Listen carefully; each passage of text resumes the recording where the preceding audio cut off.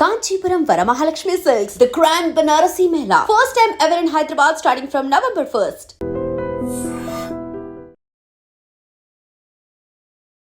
Hello welcome to open talk with Roddam Srinivas. ఇవాళ మనం చాలా స్పెషల్ గెస్ట్తో మాట్లాడబోతున్నాం. ఆయన ఎవరో కాదు, జనం మనిషి, జనం కోసమే బతికిన మనిషి. అర్థమవుతుందని క్లూ ఇస్తున్నా. 5 సార్లు ఎమ్మెల్యే, కానీ ఆయన 5 లక్షల ఆస్తి కాదు కదా, అప్పుల్లో ఉన్న వ్యక్తి. ఇంకా క్లూ కావాలంటే ఖమ్మం జిల్లా, పాత ఖమ్మం జిల్లా, ప్రస్తుతం భద్రాద్రి కొత్తగూడెం జిల్లాలో ఉన్నటువంటి ఇల్లెందు నియోజకవర్గంలో ఉన్నాం. ఆయన ఎవరో కాదు, సిపిఎం ఎంఎల్ పార్టీ నుంచి గెలిచినటువంటి గుమ్మడి నరసయ్య. ఆయన ఇల్లు ప్రస్తుతం మనం చేరుకున్నాం. ఇగో ఇది ఆయన ఇల్లు. వెళ్దాం, ఆయన లోపల ఏం చేస్తున్నారో ఏంటనేది ఒకసారి ఆయనతో కలిసి మాట్లాడదాం. వెల్కమ్.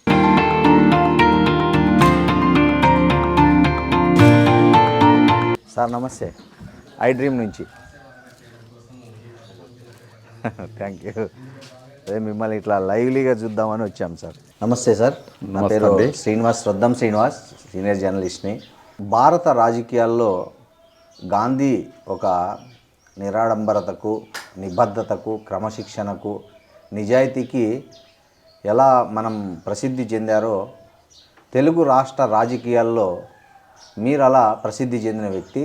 మీకు నమస్కారాలు, సాష్టాంగ నమస్కారాలు ఫస్ట్ ఆఫ్ ఆల్. ఎందుకంటే ఇవాళ రేపు ఒక సర్పంచ్ కొడుకు, వార్డు మెంబర్ కొడుకు కూడా ఎంత హంగామా హల్చల్ చేస్తున్నారో చూస్తున్నాం మనం.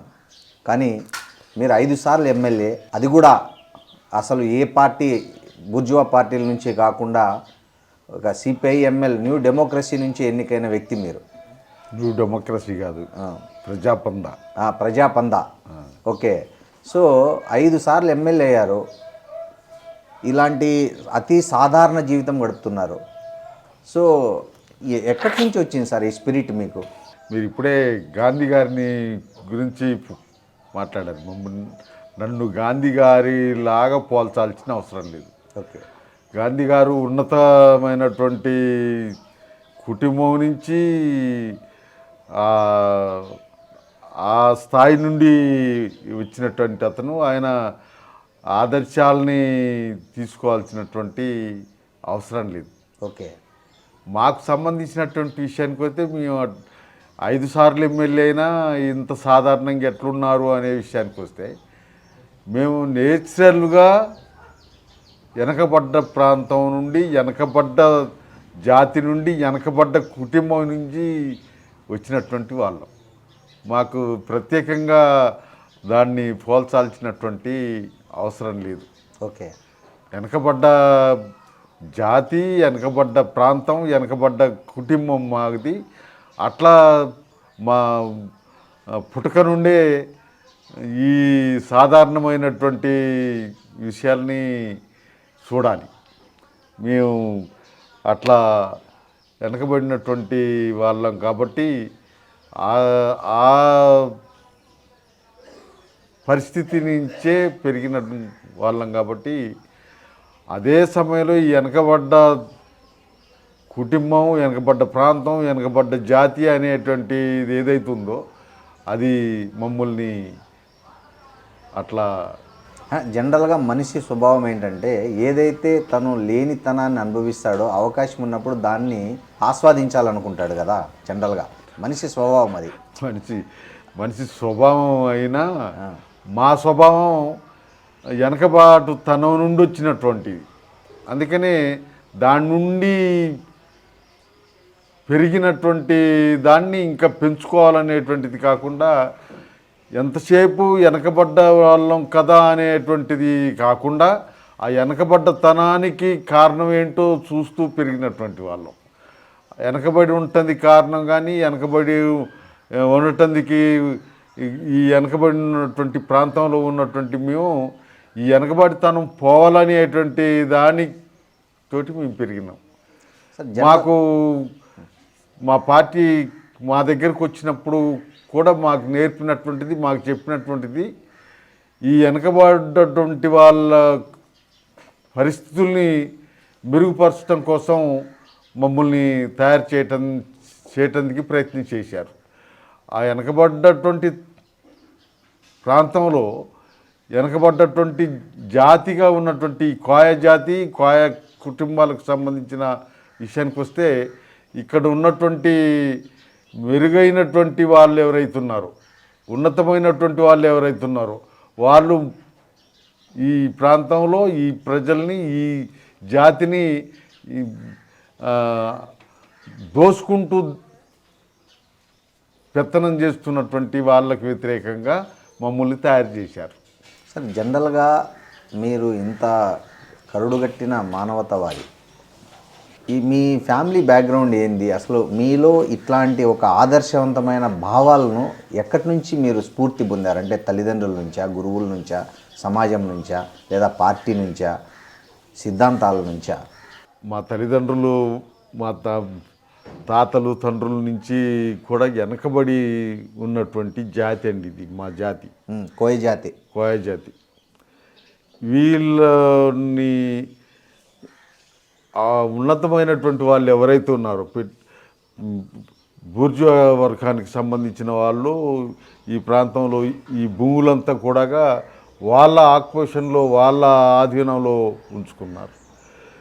ఈ జాతి ఈ మా కుటుంబాలు మాకు సంబంధించినటువంటి వాళ్ళందరూ కూడా వాళ్ళ దగ్గర చాకరీ చేస్తూ దాచోహం అంటూ బతికినటువంటి వాళ్ళు.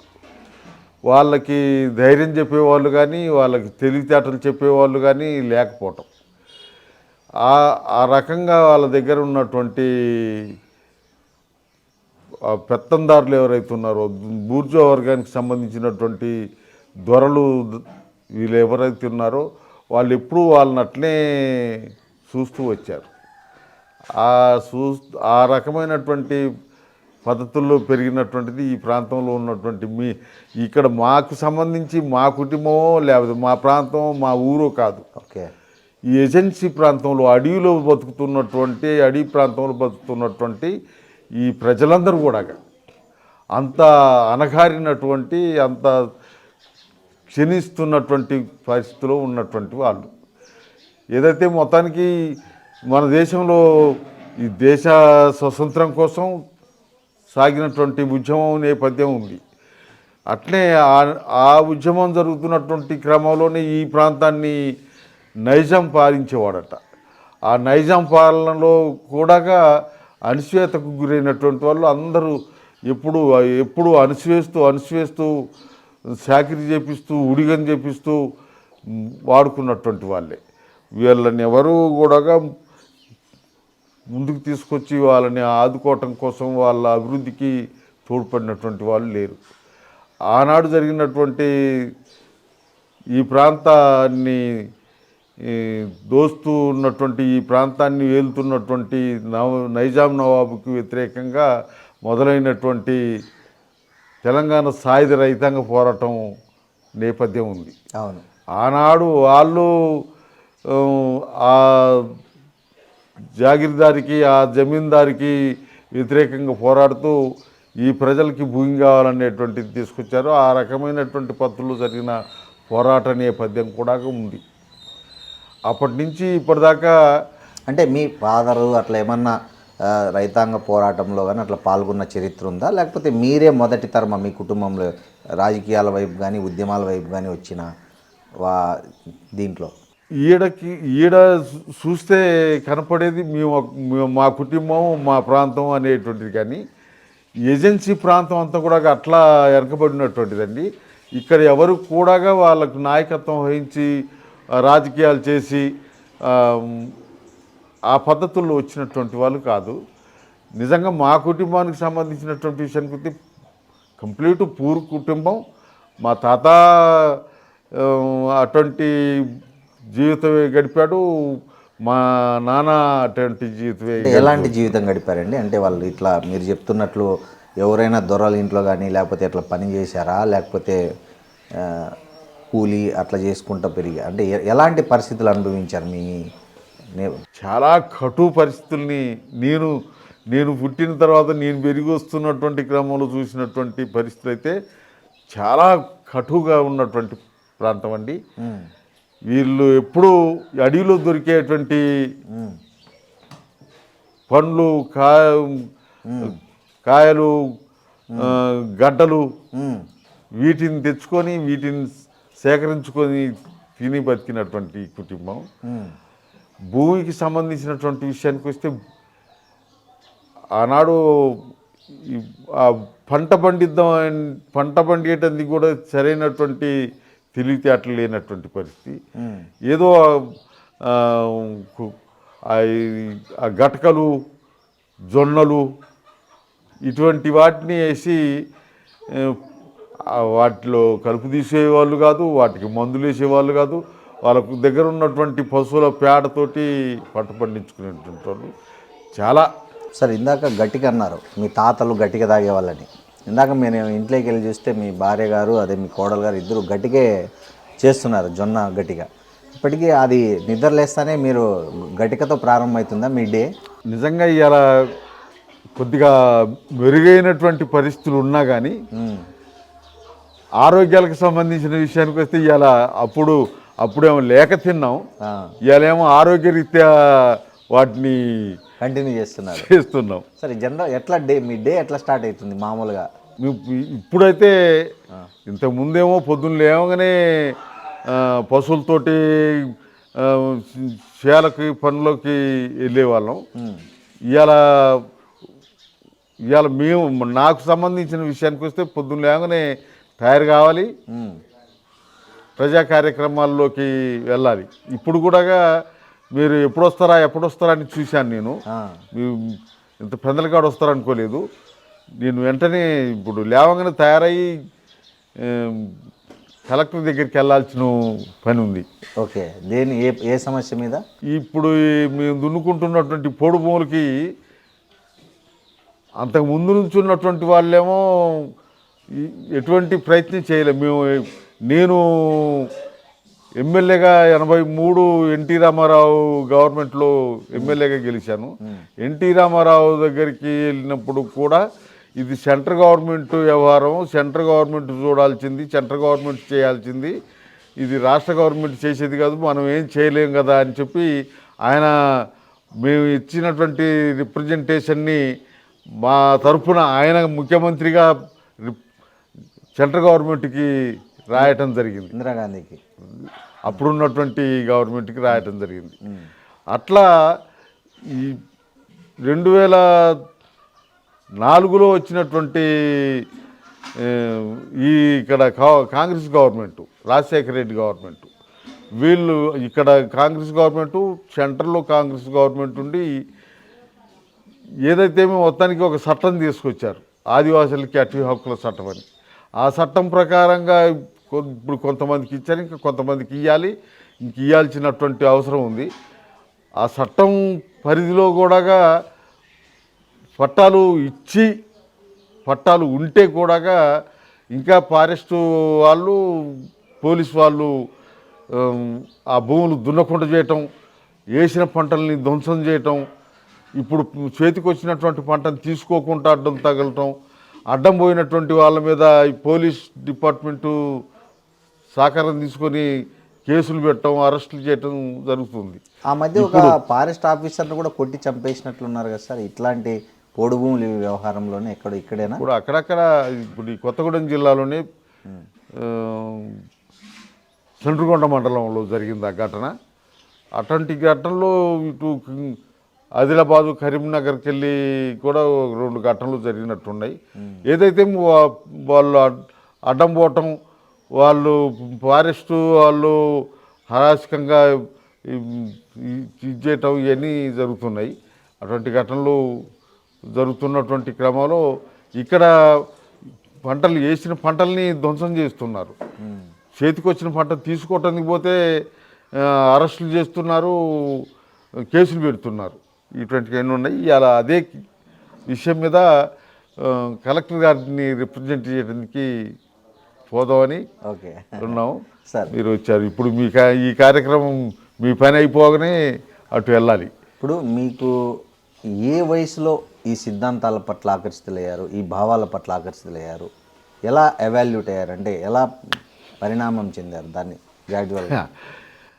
ఇప్పుడు నేను ఇందాక చెప్తున్నట్టు ఈ తెలంగాణ సాయుధ రైతాంగ పోరాటం అనేది జరిగి కొంత ఇక్కడ ఉన్నటువంటి భూస్వాములు వీళ్ళందరూ కూడా పట్టణాలు పట్టడం జరిగింది. ఆ తర్వాత 1947లో దేశానికి స్వతంత్రం వచ్చింది అనేటువంటిది జరిగిన తర్వాత ఈ సాయుధ రైతాంగ పోరాటం విరమింపబడింది. ఆ తర్వాత పరిణామాలు ఏంటి అనే దానికి వస్తే ఎక్కడేసిన కొంగడ అక్కడ లాగానే పేదోళ్ళ దగ్గర భూమి లేదు, పేదోళ్ళకి వాళ్ళు చేసే పనికి సరైనటువంటి వేతనం లేదు, ఆ ప్రాంతంలో అభివృద్ధి అనేటువంటిది లేదు. ఇది అభివృద్ధి జరగాలంటే మళ్ళా నక్సల్బరీ పోరాటం మొదలైంది. ఆ నక్సల్బరీ పోరాటం నక్సల్బరీ నుండి మొదలుకొని శ్రీకాకుళం ఈ ప్రాంతం గోదావరి పరివాహక ప్రాంతం అంతా కూడా వెనకబడినటువంటి టైంలో ఇక్కడ ఆ సాయుధ రైతాంగ పోరాటంలో పనిచేసినటువంటి వాళ్ళు ఎవరైతున్నారో వాళ్ళు ఇక్కడ విప్లవం పూర్తి కాకుండా ఈ ప్రజలకి న్యాయం జరగదు అనే పద్ధతిలో బయలుదేరారు.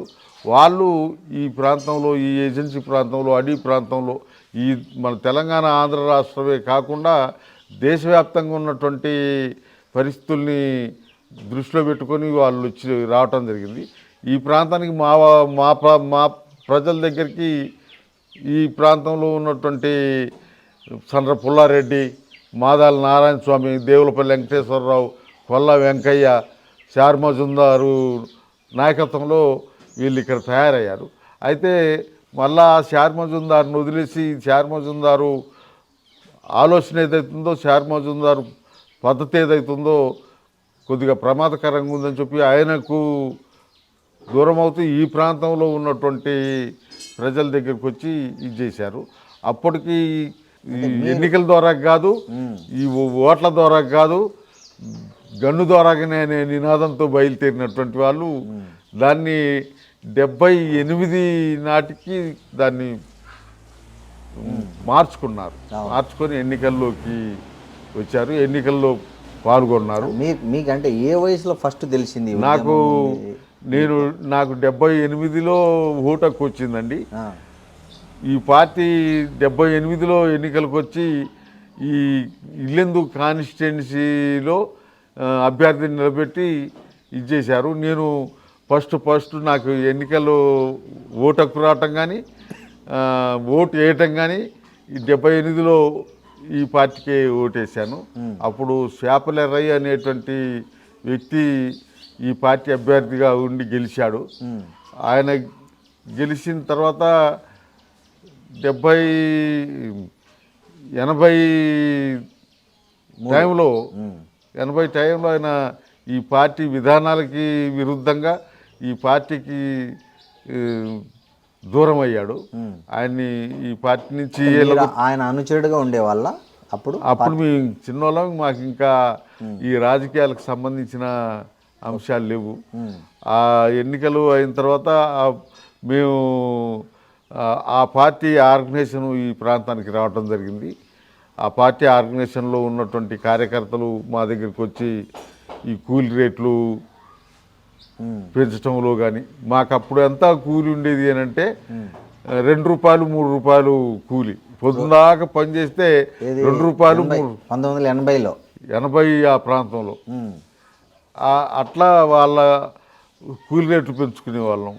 తునికాకు ఎండాకాలం వస్తే తునికాకు మాకు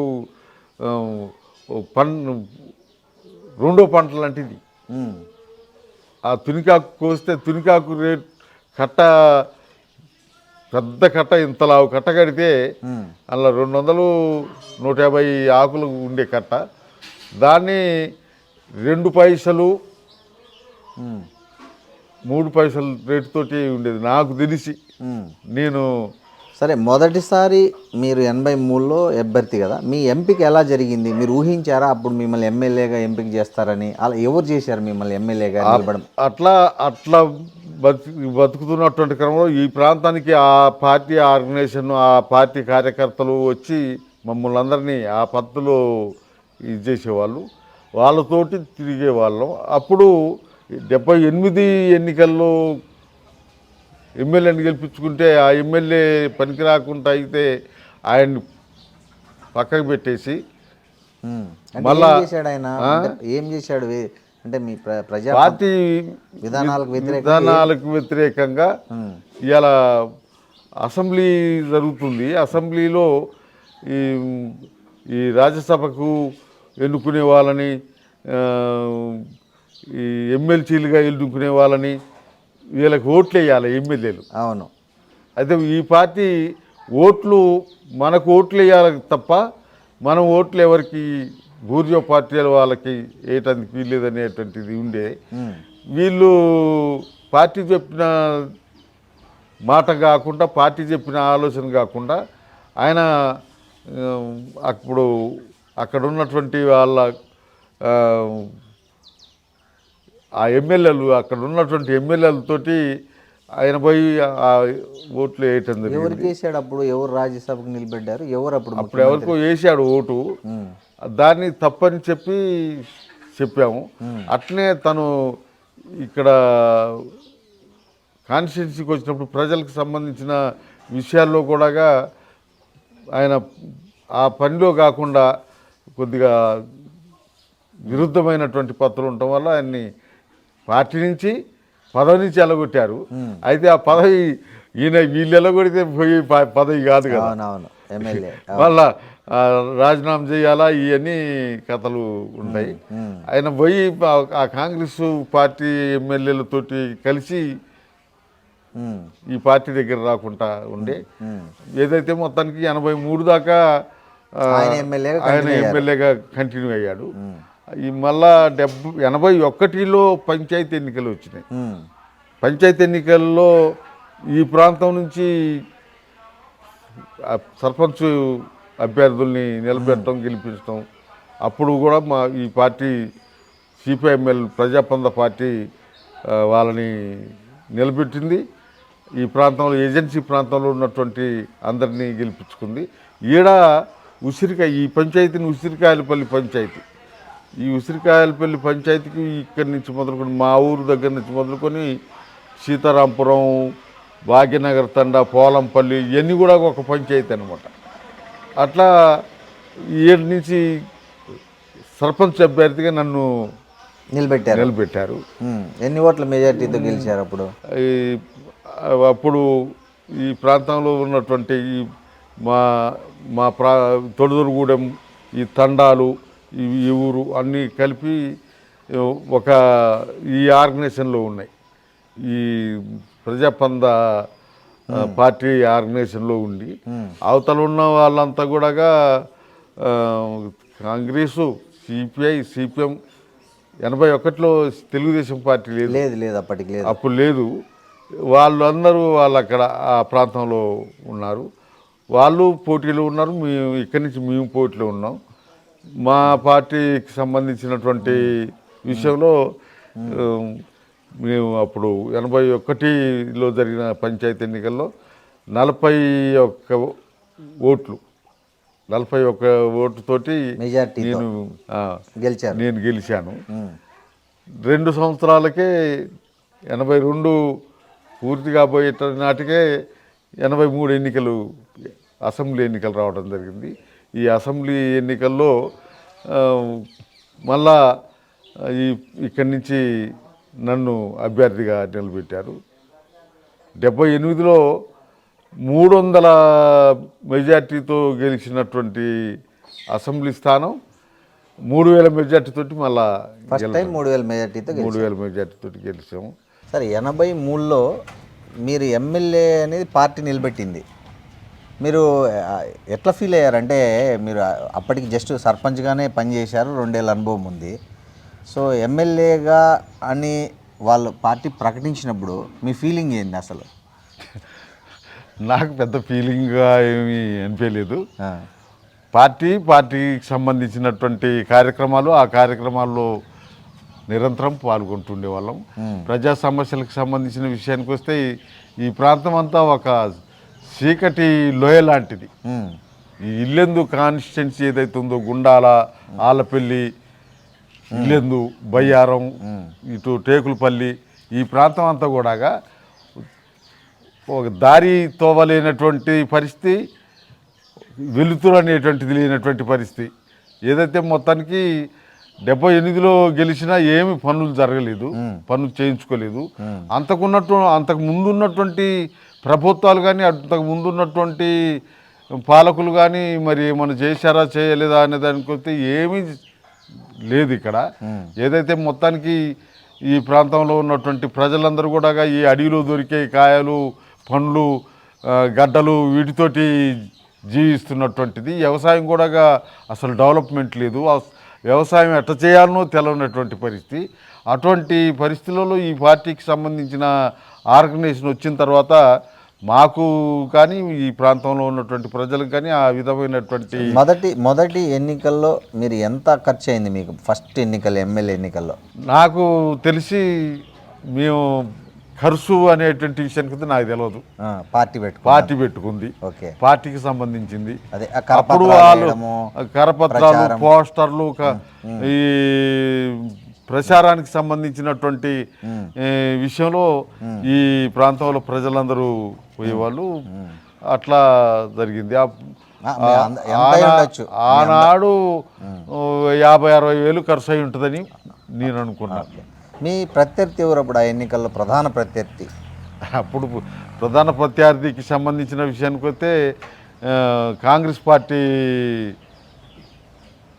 క్యాండిడేట్ ఉన్నాడు, ఈ పూనెం రామచంద్రయ్య అని ఆయన. ఓకే, ఆయన. ఇక సిపిఐ పార్టీ, సిపిఎం పార్టీలకు సంబంధించిన విషయానికి వస్తే వాళ్ళు అలయన్స్ అనే పేరుతోటి వాళ్ళు కలిసి చేసేవాళ్ళు కాంగ్రెస్తో. వీళ్ళు కమ్యూనిస్ట్ పార్టీలు వాళ్ళు, వీళ్ళిద్దరు కలిసేవాళ్ళు. అట్లా ఉండేది. ఓకే.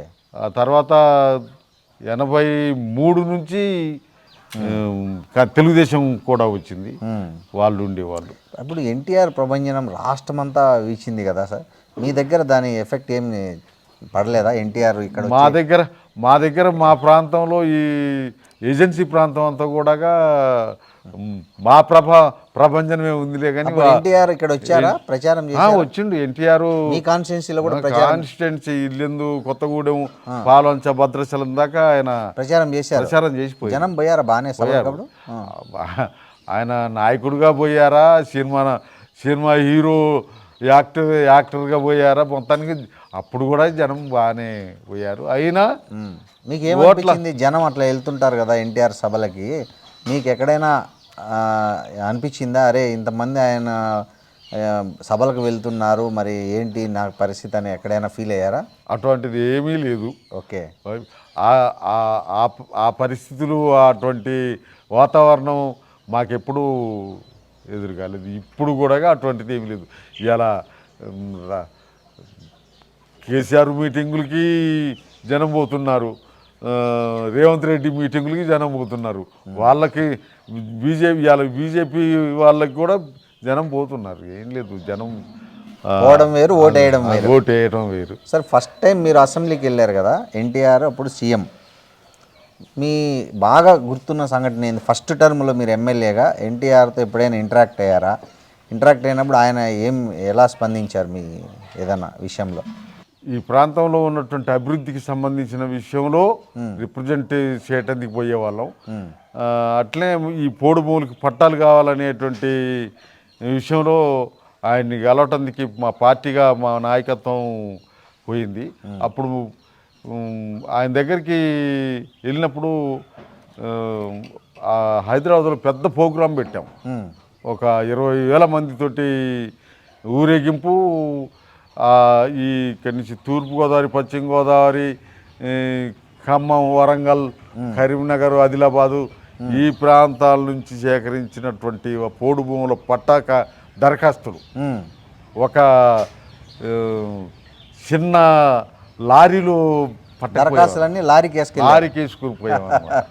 అవన్నీ తీసుకొచ్చి అక్కడ ఇప్పుడు పాత సెక్రటేరియట్ ఉండే, అందులో ఎన్టీ రామారావు నుండి టైం తీసుకుపోతే ఇవన్నీ సెక్రటేరియట్ తీసుకెళ్ళాము. ఈ కాగితాలన్నీ మళ్ళీ ఇప్పుడు ఆడికి పోయిన తర్వాత తలాయిని పట్టుకున్నాంలే. మా నాయకత్వం, ఇప్పుడు డెలిగేషన్కి పోవాల్సిన నాయకత్వం తలాయిని పట్టుకొని పోయాం. ఆయన ఛాంబర్లో పెట్టినాము. ఇవన్నీ నేనేడ చూస్తా, నేనేం చేస్తా, ఇది నాకు సంబంధించింది కాదు కదా, సెంట్రల్ గవర్నమెంట్ చేయాల్సింది, ఫారెస్టు సెంట్రల్ గవర్నమెంట్ది, మేము చేసేది కదా, కాకపోతే మీ తరఫున నేను ఒక దరఖాస్తు పంపిస్తాను అని చెప్పినటువంటిది ఉంది. అట్లే ఆయన దగ్గరికి టైం తీసుకోవటానికి పోవాలంటే అక్కడ ఉన్నటువంటి అధికారులతోటి మాట్లాడి టైం తీసుకునే వాళ్ళం. ఆయన దగ్గరికి ఒకసారి మా నాయకత్వం ఈ సమస్యల మీద, ప్రజా సమస్యల మీద రిప్రజెంట్ చేయడానికి వెళ్ళటం జరిగింది. మాదాల నారాయణ స్వామి, అప్పుడు మా పార్టీ ఇప్పుడు చీలిపోయి 3-4 గ్రూపులకు ఉంది, కానీ అప్పుడు ఒక పార్టీగానే ఉన్నాం. ఆనాడు వేములపల్లి వెంకటరామయ్య గారు, మాదాల నారాయణ స్వామి, ఈ పెద్ద మనుషులతోటి నేను ఆయన ఇంటికి వెళ్ళాను. అప్పటికే ఆయన మాకు ఇచ్చింది 6 గంటలకి టైం, పొద్దున. మేము పోయేటప్పటికే ఆయన ఇల్లంతా నిండిపోయి ఉన్నారు. ఆయనకు సంబంధించినటువంటి విషయం ఏంటి అంటే మళ్ళీ 6 గంటలకి మా అందరినీ కలిసి మళ్ళీ బయటికి వెళ్తాడనమాట. ఆయన టైం అట్టుండేది. మేము పోయేటప్పటికే చాలామంది ఉన్నారు. ఏదైతే మొత్తానికి ఆయన తయారయ్యి బయటికి వచ్చి కలబోయేటప్పటికి మా దగ్గరికి వచ్చేటప్పటికి గంట టైం పట్టింది. అందరూ ఆయన వస్తుంటే అందరు లేచి కాళ్ళు మొక్కటానికి పోతున్నారు. అదంతా జరిగిందనమాట. మేము అటువంటి ఏమీ లేకుండా నిలబడడం, మా దగ్గరికి వచ్చిండు, మేము రిప్రజెంట్ చేయటం. ఏంటి అనే దానికి వస్తే అక్కడికి వచ్చినటువంటి వాళ్ళు మాతో అన్నది ఏంటంటే, విష్ణుమూర్తి స్వరూపం నాకు కనపడతాడట, రాముడు కృష్ణుడు అట్లా కనపడతాడట. అది ఆయనకు ఉన్నటువంటి ఇది. అట్లా మీరు అసెంబ్లీలో ఎప్పుడు మాట్లాడే అవకాశం వచ్చినప్పుడు, రామారావు గారు ఆయన అధికార పార్టీ నాయకుడు, సిఎల్పి నాయకుడు కదా, అప్పుడు ఏమైనా ఇంటరాక్షన్ జరిగేదా మీకు ఆయనకి మధ్య ఏదైనా ఇష్యూస్లో? ఇప్పుడు నేను ఆయన ఛాంబర్లో ఉన్నప్పుడు పోయి కలిసేవాడిని, లేదు అసెంబ్లీలో ఉన్నప్పుడు కూడా నేను లెటర్ పట్టుకొని పోయి ఇచ్చేవాడిని. ఏం లేదు, మనం మొత్తానికి పెద్ద ఇదిగా ఏమీ అనిపించలేదు నాకు. దరఖాస్తు తీసుకుపోయి ఇచ్చి ఆ దరఖాస్తు నేపథ్యం, దానికి సంబంధించిన విషయాలన్నీ మాట్లాడేవాడిని, సవ్యంగా వినేవాడు, దాన్ని అధికారులకు రాసేవాడు. జరిగాయి పనులు అప్పుడు మీకు, మీరు ఇచ్చిన సమస్యలు? అప్పుడు ప్రజాప్రతినిధిగా, ఒక ముఖ్యమంత్రిగా ఆయన ఇచ్చినటువంటి ఒక ఆదరణ అయితే మొత్తానికి అన్ని జిల్లా కలెక్టర్ల దగ్గరికి వచ్చేటి, కలెక్టర్లు ఇక్కడ పనిచేసేవాళ్ళు. అప్పుడు 83 నుంచి కానీ 2009 దాకా కూడా ఈ జిల్లాలో ఉన్నటువంటి అధికారులు మాకు, మేము అడిగేటివి కానీ, మేము చేసేటువంటి కార్యక్రమాలు కానీ, ఇవన్నీ కూడా జెన్యును అనేటువంటి పద్ధతిలో ఆలోచించేవాళ్ళు. ఆ విధమైనటువంటి పద్ధతిలో మేము గవర్నమెంట్కి లెటర్లు పెట్టేవాళ్ళం. మేము ఇచ్చినటువంటి లెటర్లని మళ్ళీ గవర్నమెంట్కి అట్లా పంపించేవాళ్ళు. ఆ రకంగా అప్పటి నుంచి మొదలుకొని ఇప్పటిదాకా మేము చేసినటువంటి పనులు, మేము చేసినటువంటి అభివృద్ధి కార్యక్రమాలే కనపడుతున్నాయి. 83 నుంచి 2009 వరకు మీరు 5 సార్లు ఎమ్మెల్యే. ఈ 5 సార్లు ఎమ్మెల్యేగా మీరు ఈ ప్రాంతానికి చేసిన గుర్తుండిపోయే అభివృద్ధి పనులు ఏమేమి ఉన్నాయి? అసలు నేను ఇంతకు ముందు నేను ఫస్ట్ చెప్పాను, ఒక చీకటిలో ఎలాంటి ప్రాంతం ఇది. ఇక్కడ కరెంటు లేదు, రావటానికి పోవటానికి కావాల్సిన దారులు లేవు, చదువుకోవటానికి కావాల్సిన స్కూళ్ళు లేవు. అటువంటివన్నీ కూడా ఇక్కడ మేము చేసాం. 86లో ఎన్టీ రామారావు గవర్నమెంటు మండలాలను చేసింది. ప్రజలకి అధిక పరిపాలన సౌలభ్యంగా ఉండటం కోసమని మండలాలు చేసింది. ఆ మండలాలకు సంబంధించిన విషయంలో వాటికి కావాల్సిన ఆఫీసులు, వాటికి కావాల్సిన నిధులు, వీటన్నిటిని మంజూరు చేయటం జరిగింది. అన్ని గ్రామాలకి కరెంటు తీసుకుపోయాం. అన్ని గ్రామాలకి రోడ్లు రవాణా సౌకర్యం కల్పించాం. అన్ని మండలాల్లో స్కూళ్ళు వాటికి కావాల్సిన సవలతులన్నీ కూడా ఏర్పాటు చేసాం. అన్ని మండలాల్లో హాస్పిటల్స్ తీసుకొచ్చాం. హాస్పిటల్ ఆరోగ్యానికి సంబంధించినటువంటి విషయంలో ఇవన్నీ కూడా మేము గవర్నమెంట్ని అడగటం, మంజూరు చేయటం ఇవన్నీ జరిగినాయి.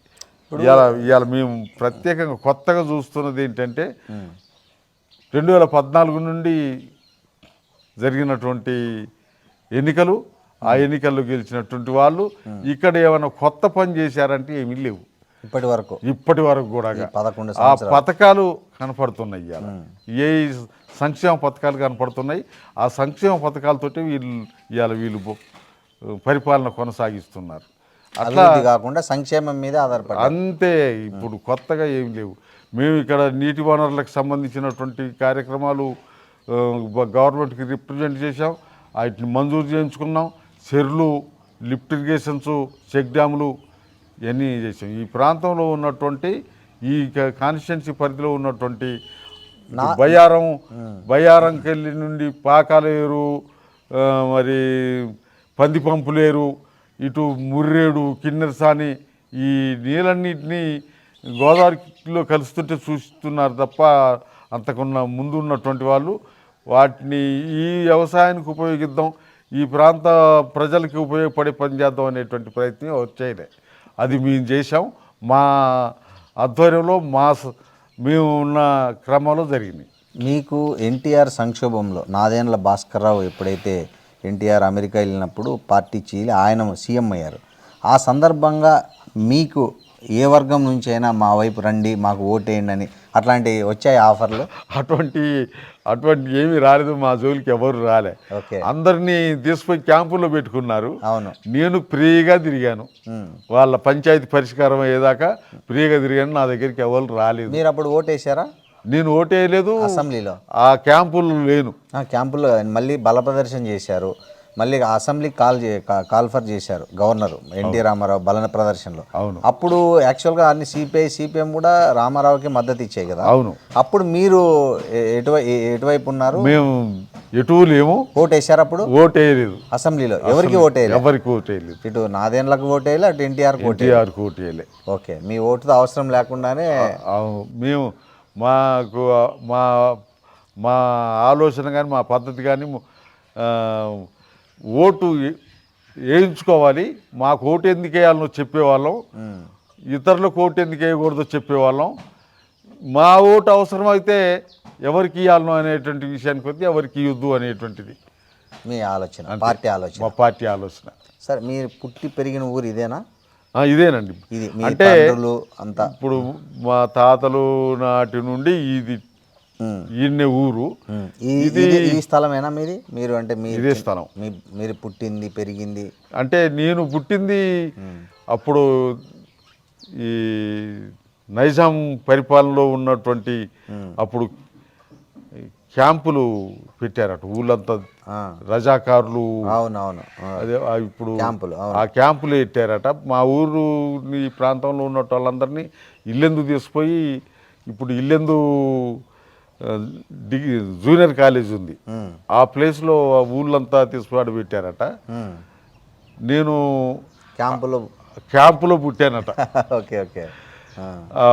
ఆ క్యాంపు నేను పుట్టిన తర్వాత ఆ క్యాంపులన్నీ ఎత్తేసి అన్ని గ్రామాల వాళ్ళని, ఏ గ్రామాల వాళ్ళని ఆ గ్రామాలకు పంపించారట. ఓకే, ఇప్పుడు ఈ ఇల్లు ఇదంతా మీరు కట్టిందేనా? ఈ ఇల్లు ఇది ఎన్టీ రామారావు గవర్నమెంట్లో, నేను ఎమ్మెల్యేగా ఉన్నా ఎన్టీ రామారావు గవర్నమెంట్లో ఇల్లు మంజూరైంది మీకు. ఇది ఏంటి అప్పుడు ఆయన బలహీన వర్గాల గృహ సముదాయం అని ఒక స్కీమ్ తెచ్చారు. అవును, ఆ స్కీమ్లో భాగంగా మీకు ఇల్లు, ఆ స్కీమ్లో భాగంగా ఈ ఇల్లు వచ్చింది. అది 6,000 స్కీము. ఇప్పుడు 5 లక్షలు ఇస్తున్నారు కదా, ఇది 6,000 స్కీము. 6,000 నుండి ఆయన గవర్నమెంట్లో ఉన్నప్పుడు ఒకసారి 6,000 పోయి 8,000 అయింది. 8,000 పోయి 12,000 అయింది. 12,000 నుంచి 25,000 అయింది. అట్లా పెంచుకుంటూ వచ్చారులే కానీ అప్పుడు కట్టినటువంటి ఇండ్లు ఆ, చాలా ఊరుగా ఉండేటువంటి అప్పుడన్నీ మా ఊరంతా గడ్డి ఇండ్లతోటి అవును. ఉండేటి అట్లా ఇది మా నాన్న పేరుతోటి నా పేరుతోటి ఇద్దరు పేర్లతో మాకు ఇప్పుడు మా తమ్ముళ్ళు వీళ్ళు ఓ ఇదంతా మీ ఫ్యామిలీనేనా, మీ బ్రదర్స్? మా 4వ తమ్ముడు, ఆయన 3 తమ్ముడు, నా తర్వాతోడు ఈ ఇల్లు అక్కడ వచ్చింది, అవతల వచ్చింది. అట్లా ఇది కట్టుకున్నారు. నా కట్టిన ఇప్పుడు దీని మీద స్లాపు ఇదంతా కూడా మరి నేను ఎమ్మెల్యేనైతే మరి వచ్చేటోళ్ళు పోయేటోళ్ళు ఉంటారు కదా అని చెప్పి మా పార్టీ స్లాబ్ వేయించింది. ఓకే. ఆ వెనక ఇల్లు మీరు అది ఇప్పుడు రాజశేఖర రెడ్డి గారి గవర్నమెంట్లో ఇందిరమ్మ పేరుతోటి వచ్చింది. ఇందిరమ్మ పేరుతోటి వచ్చింది. ఆ ఇందిరమ్మ పేరుతోటి వచ్చిన మా అబ్బాయి పేరుతోటి ఓకే వచ్చింది. 5 సార్లు పైనది మాత్రం మేము సొంతంగా వేసుకున్నాం. కాదు, 5 సార్లు ఎమ్మెల్యే, సొంత ఇల్లు కూడా కట్టుకోలేరు. సరే, మీరు ఎమ్మెల్యే కదా, చాలామంది ఎమ్మెల్యేలు స్థలాలు పొలాలు కూడబెట్టుకుంటారు. సో కనీసం మీరు ఇంటి స్థలమైనా తెచ్చుకున్నారా మీ 5 టర్ముల్లో? నేను ఇంటి స్థలం నేను ఏడా ఊళ్ళో కొనలేదు, కాన్స్టిట్యున్సీ హెడ్ క్వార్టర్లో కొనలేదు, జిల్లాలో కొనలేదు. మాకు గవర్నమెంట్ ఇచ్చింది ఎమ్మెల్యేలకి ఇంటి స్థలాలు హైదరాబాద్లో. దాన్ని మా పార్టీకి ఇచ్చాను. మా పార్టీ దాన్ని ఆఫీస్ కట్టారా? అమ్మి ఆ స్థలం అమ్మి హైదరాబాద్లో విద్యానగర్లో పార్టీ ఆఫీసు, స్టేట్ ఆఫీస్ నిర్మాణం చేయడం జరిగింది. మీ డబ్బులతో, మీ డబ్బులతోటి. మీరు ఇప్పుడు హైదరాబాద్ పోతే ఎక్కడ ఉంటారు మామూలుగా? ఆ ఆఫీసులోనే ఉంటాం. ఆఫీస్లో. మీరు ఎమ్మెల్యేగా ఉన్నప్పుడు? ఎమ్మెల్యేగా ఉన్నప్పుడు క్వార్టర్స్, గవర్నమెంట్ క్వార్టర్స్ ఉన్నాయి కదా, ఎమ్మెల్యే క్వార్టర్స్. ఓకే. అందులో ఉండేవాళ్ళం. సైకిల్ మీద పోయేవాళ్ళ అసెంబ్లీకి? అంటే ఇక్కడ తిరిగేటప్పుడు సైకిల్, హైదరాబాద్లో ఎప్పుడు సైకిల్ లేదు. ఆ క్వార్టర్స్ నుంచి అసెంబ్లీ దాకా బస్సు ఉంటుంది, బస్సులో పోయేవాళ్ళం. ఆ బస్సు తొందరగా నేను తయారయ్యేటప్పటికి అది వెళ్ళిపోయింది అనుకో, ఆటో పట్టుకొని పోయేవాళ్ళం. ఓకే. లేదు అప్పుడు ఆ టైంలో ఆటో కూడా అందుబాటులో లేదు అనుకుంటే నడిచిపోయేవాడిని. మిమ్మల్ని ఎవరు పోలీసులు అడ్డగించలేదా? ఇది ఎమ్మెల్యే లోపల అసెంబ్లీలోకి గుర్తుపట్టి పంపించేవాళ్ళ? అంటే ఫస్ట్ అట్లా అందరినీ చెక్ చేసేవాళ్ళు, నన్ను కూడా చెక్ చేశారు. ఇప్పుడు గవర్నమెంట్ ఇచ్చిన కార్డు ఉంది కదా, అవును, ఆ కార్డు చూపించేవాళ్ళం, పోయేవాళ్ళం. పిఏలు అట్లా పెట్టుకునే వాళ్ళ మీరు? మాకు పిఏలు మా కార్యకర్తలే, మా నాయకులే. ఓకే. మేము ప్రత్యేకంగా పిఎల్ని ఏం పెట్టుకోలేదు. ఓకే. సరే, ఇప్పుడు మీరు ఇక్కడ వ్యవసాయం చేస్తున్నారా? ఇప్పుడు ప్రజెంట్ ఏం చేస్తున్నారు? 2009 తర్వాత మీరు 2 సార్లు ఇండిపెండెంట్గా పోటీ చేశారు కదా, 2018, 2023. మేము ఎన్నికల్లో పోటీ చేయటం 78 నుంచి ఇండిపెండెంట్గానే. అవును, చేస్తున్నారు. ఇండిపెండెంట్గానే, పార్టీగా. 2009లో 5 సార్లు వరుసగా గెలిచారు. 2009లో మీరు తెలుగుదేశం పార్టీ చేతిలో ఓడిపోయారు. ఆ ఓటమికి కారణాలు ఏమని మీరు విశ్లేషించుకున్నారా మీరు పార్టీ? 2009లో నేమో ఈ కాన్స్టిట్యున్సీ డీలిమిటేషన్ వల్ల మాకున్నటువంటి ఓటు చీలిపోవటం జరిగింది. వైరా కలిపారు కదా, వైరం. ఇప్పుడు ఇది సింగరేణి మండలం. అవును. ఇది కూడా ఇల్లెందులో ఉండే, దీన్ని తీసి వైరా కాన్స్టిట్యున్సీకి పెట్టారు. వైరా కాన్స్టిట్యున్సీలో ఉండాలి, నేచురల్గా ఉండాల్సింది కాంపెల్లి మండలం, ఇల్లెందుకు పెట్టారు. ఒకటి మాకు గుండెకాయ, గుండాల, ఆ గుండాలను తీసాము, పినపాకకు పెట్టారు. అట్లా ఇదంతా ఎట్లా జరిగింది అంటారు? అంటే న్యాచురల్గా జరిగిందా లేకపోతే ఎవరైనా కుట్ర చేసి దీన్ని చీల్చారా? దీంట్లో నేచురల్ అనడానికి ఉంది, కుట్ర, పెద్ద కుట్ర ఉంది. ఎవరు చేశారు కుట్ర? రాజశేఖర్ కాంగ్రెస్ పార్టీ నాయకురాలు రేణుక చౌదరి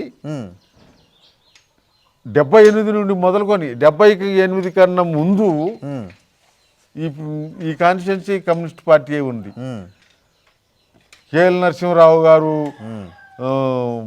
ఎమ్మెల్యేగా ఉండేవాడు. ఉమ్, అప్పుడు జనరల్ వాళ్ళు ఉమ్, ఒక ఎమ్మెల్యే ఉండేవాడు. ఉమ్. ఈ రిజర్వ్డ్ ఒక ఎమ్మెల్యే ఉండేవాడు, ఇద్దరు ఉండేవాళ్ళు. అవును.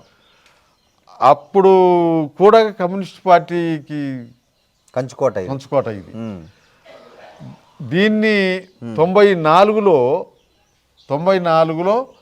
ఎన్టీ రామారావు గవర్నమెంట్ ఉన్న టైంలో అప్పుడు అందరికి వచ్చినటువంటి ఆలోచన ఏంటంటే వీళ్ళని ఎట్లా ఒడియాలా, ఓరియటానికి ఏం చేయాలని అప్పుడు అందరూ ఒకటయ్యారనమాట. 94కి సంబంధించి Telugu Desam party, Congress party, CPI, CPM, BJP um, వీళ్ళందరూ ఒకటయ్యి ఉమ్, సిపిఐ అభ్యర్థిగా ఉన్నటువంటి వీకబ్బాయిని ఉమ్, ఉమ్, గెలిపేయడం జరిగింది. ఉమ్, వాళ్ళందరూ కలిస్తే ఉమ్. మమ్మల్ని ఓడేటందుకు ఒక 4000 మెజార్టీ తోటి గెలిచారు. ఓకే. ఏదైతే అప్పుడు అట్లా అయింది. ఆ రేణుకా తర్వాత చౌదరి ఏం కుట్ర చేశారు మీ దీనికి? ఏం లేదు, ఈ వాస్తవంగా గుండాల ఉమ్, ఈ సింగరేణి మండలం ఇల్లెందుకు ఉండాలి, ఇల్లెందుకు కాన్స్టిట్యున్సీకి ఉండాలి. ఉమ్, ఆ కాంపెల్లి వైరాకుంటుందా, ఖమ్మంకుంటుందా ఉండాలి. ఉమ్. అటువంటి దాన్ని తీసుకొచ్చాం ఇక్కడ పెట్టి. కానీ ఆమె ఖమ్మం లోక్సభ, ఇదేమో మహబూబాబాద్ లోక్సభకు వస్తుంది కదా. వాళ్ళు అట్ట చూడలే ఈడ, కానీ ఈ కాన్స్టిట్యున్సీని ఏం చేయాలనేది. Okay okay okay. ఈ కాన్స్టిట్యున్సీని ఏం చేయాలి, ఈ కాన్స్టిట్యున్సీలో మా ప్రభావం, మా నేపథ్యం లేకుండా చేయాలి. ఓకే. అది ఆమెకు సంబంధించినటువంటిది. అది ఒక పొలిటికల్ కుట్ర అన్నమాట. అది దీని మీద మీరేమి నిరసన వ్యక్తం చేయడం కానీ రిప్రజెంటేషన్? మేము రిప్రజెంట్ చేసాము. సెంట్రల్ గవర్నమెంట్ డీలిమిటేషన్ కమిటీ ఉంది. ఆ కమిటీకి కూడా ఇది ఎట్లుండాలి, ఏం చేయాలని మేము ఈ కాన్స్టిట్యున్సీ వరకే కాకుండా జిల్లాలో ఈ డీలిమిటేషన్లో ఎన్ని నియోజకవర్గాలు కావాలి, ఆ నియోజకవర్గాలు ఎట్లా ఉండాలి అనేటువంటి మ్యాప్ తయారు చేసి తీసుకుపోయి ఇచ్చాం. అందరు కూడా బాగుంది బాగుంది అని అన్నారు, కానీ ఇంప్లిమెంట్ చేయలేదు. అదేలే. దాన్ని అమల్లోకి తీసుకొచ్చేటప్పటికి జరిగిపోయేది ఏదో జరిగిపోయింది. ఒకప్పుడు ఖమ్మం జిల్లా కమ్యూనిస్టుల కిల్లా, అవును, తర్వాత కాంగ్రెస్ కిల్లాగా మారింది. ఎందుకు? అది కాంగ్రెస్ పార్టీ కిల్లాగా మారటానికి కారణం కమ్యూనిస్ట్ పార్టీల వైఫల్యం, కమ్యూనిస్ట్ పార్టీల వైఫల్యం. అంటే ఎలాంటి వైఫల్యం అంటారు? ఒకనాడు నాయకులేమో ప్రజల భూస్వాముల దగ్గర భూములు ప్రజలకు పంచి వాళ్ళ కుటుంబాల దగ్గర ఉన్నటువంటి భూముల్ని కూడా ప్రజలకి పంచారు. భీమిరెడ్డి నరసింహారెడ్డి కానీ, మంచికంటి కిషన్ రావు కానీ, వీళ్ళందరూ ఇటువంటి వాళ్ళు కూడా అటువంటి కమ్యూనిస్ట్ సిద్ధాంతం, అటువంటి స్వభావం మారి ఇప్పుడు యాడుందా, ఏముందా, దాన్ని ఎట్టగా చేయాలన్నా అనే నాయకులు వచ్చారు. ఉదాహరణకు అందుకని ఇలా కమ్యూనిస్టు కోటగా ఉన్న ఖమ్మం జిల్లా కాంగ్రెస్ కోటగా మారటానికి కారణం. ప్రధానంగా తప్పు పట్టాల్సి వస్తే ఏ నాయకుడిని తప్పులు పడతారు మీరు? ఇక్కడ నాయకులు అనే విషయానికి వస్తే జనరల్గా ఈ నాయకుడు ఆ నాయకుడు అనేది కాకుండా పార్టీలోనే అటువంటి ఆలోచన రావటం, పార్టీయే ఆ రకమైనటువంటి ఇది కావటం జరిగింది. ఈ పరిస్థితుల్లో కమ్యూనిస్టుల పార్టీల ఉనికి రోజు రోజుకు భారతదేశంలోనే తగ్గిపోతుంది, ముఖ్యంగా తెలంగాణలో కాకుండా. సో భవిష్యత్తులో కమ్యూనిస్టు పార్టీలు బలపడే అవకాశం ఉందా, లేదా కొద్ది ప్రభావాన్ని కూడా కోల్పోయే అవకాశం ఉందా? మేమైతే ఇంకా ఆ నమ్మకంతో ఉన్నాం. బలపడుతుంది, వీళ్ళందరూ కూడా అలర్ట్ అవుతారు. మొత్తానికి ఈ వ్యవస్థలో ఉన్నటువంటి ఈ బూర్జో స్వభావం కలిగినటువంటి వాళ్ళందరి తీరి ఆ వాతావరణాన్ని తీసుకొస్తుంది అనేటువంటి నమ్మకంతో ఉన్నాం. దానికి అన్ని కమ్యూనిస్ట్ పార్టీలు అన్నీ కలవాలి, ఆ ప్రయత్నం జరుగుతుంది. అది జరుగుద్ది అని మేము అనుకుంటున్నాం. ఆ జరగడానికి కావాల్సినటువంటి పద్ధతులు మేము ఆలోచిస్తున్నాం. సార్ ఈ మధ్య కాలంలో మావోయిస్టుల పైన కేంద్ర ప్రభుత్వం ఎలా కత్తి కట్టిందో చూసాం. ఎంతమంది అడవుల్లో అకాల మరణాలు చెందారో చూసాము. ఈ నేపథ్యంలో ఎవరైతే మావోయిస్టు పార్టీకి ముఖ్యంగా నాయకత్వం వహిస్తున్నారో వాళ్ళలో ప్రధానంగా మన తెలుగు రాష్ట్రాలకు సంబంధించిన వాళ్ళు మల్లోజులు కావచ్చు, ఆశన్న కావచ్చు, ఇట్లాంటి వాళ్ళు ఆయుధాలు వదిలేసి ప్రభుత్వం లొంగిపోయారు. ఈ పరిణామాన్ని మీరు ఎట్లా చూస్తారు? పార్టీగా కానీ రాజకీయంగా కానీ 83 నుండి మొదలుకొని చూస్తున్నటువంటి క్రమంలో ఈ చీలికలు పేలికలు అవుతున్నటువంటి క్రమంలో మేము ఈ ఉద్యమం ప్రజలకు ఉపయోగపడుతుంది, ప్రజలకి చైతన్యాన్ని అందిస్తుంది అనేటువంటి భావంతో పనిచేస్తూ వచ్చాము. వీళ్ళు ఇప్పుడు మావోయిస్టులు షేర్ మజుందారు నాయకత్వంలో, షేర్ మజుందారు ఆలోచనతోటి వాళ్ళు పనిచేస్తున్నటువంటి టైంలో ఇప్పుడు మావోయిస్టులు అప్పుడు పీపుల్స్ వార్, అవును, ఈ పీపుల్స్ వారుగా ఉన్నప్పుడు మేము ఎప్పుడైతే ప్రజలతోటి పనిచేయాలి, ప్రజలు ఉండాలి, ప్రజల్లో ఉండాలి అనేటువంటి ఏదైతే మేము అనుకున్నామో దాన్ని వాళ్ళు వ్యతిరేకిస్తూ వచ్చారు. వీళ్ళు రివిజనిజంలో కొట్టకపోతున్నారు, రివిజనిస్ట్ ఆలోచనలు అయ్యి ఈ రకమైనటువంటి పద్ధతుల్లో పనిచేస్తే ప్రజలు ఉద్యమంలోకి రారు, ప్రజలు ఉద్యమం వైపు చూడరు అనేటువంటి పద్ధతుల్లో వీళ్ళు లేకుండా అసలు ఒక పక్క గవర్నమెంట్ ప్రభుత్వాలు పాలకులే వీళ్ళు లేకుండా చేయాలనేటువంటిది ఉంటే వీళ్ళు ఈ మావోయిస్టులు ఈ రివిజనిజం ఆలోచనలో పోతున్నటువంటి వీళ్ళని లేకుండా చేయాలనే పత్తులో మా ముఖ్యమైనటువంటి నాయకుల్ని హత్యలు చేశారు. అట్లే వీళ్ళు చేస్తున్నటువంటి పనులలో కార్యక్రమాల్లో ఇబ్బందులకు గురైనటువంటి వాళ్ళు, ఇక్కడ నిలబడలేని, ఇక్కడ బతకలేనటువంటి పరిస్థితిలో ఉన్నటువంటి వాళ్ళు పోయి వాళ్ళ దగ్గర చేరి వాళ్ళతోటి చేస్తున్నటువంటి దాన్ని చూస్తే మా పార్టీలోకి మా సిద్ధాంతాన్ని నచ్చి మా సిద్ధాంతాన్ని బలపరిచి ఆ వెలుగులో వీళ్ళు మా దగ్గరకు వస్తున్నారు, ప్రజలందరూ మా వైపు వస్తున్నారని భ్రమించినటువంటి వాళ్ళు ఇలా వాళ్ళ ఆలోచనలు అన్నీ కూడా తప్పుడు పత్తులు జరిగినాయి.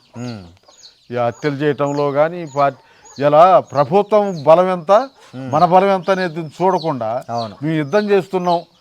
నేను ఈ రకంగా నేను చెప్తానంటే ఈ తెలంగాణ ప్రాంతంలోనో లేకపోతే ఈ ఛత్తీస్గఢ్ ప్రాంతంలోనో నువ్వు తుపాకు పట్టుకొని సినిమా హీరోలాగా ఫైట్ చేస్తే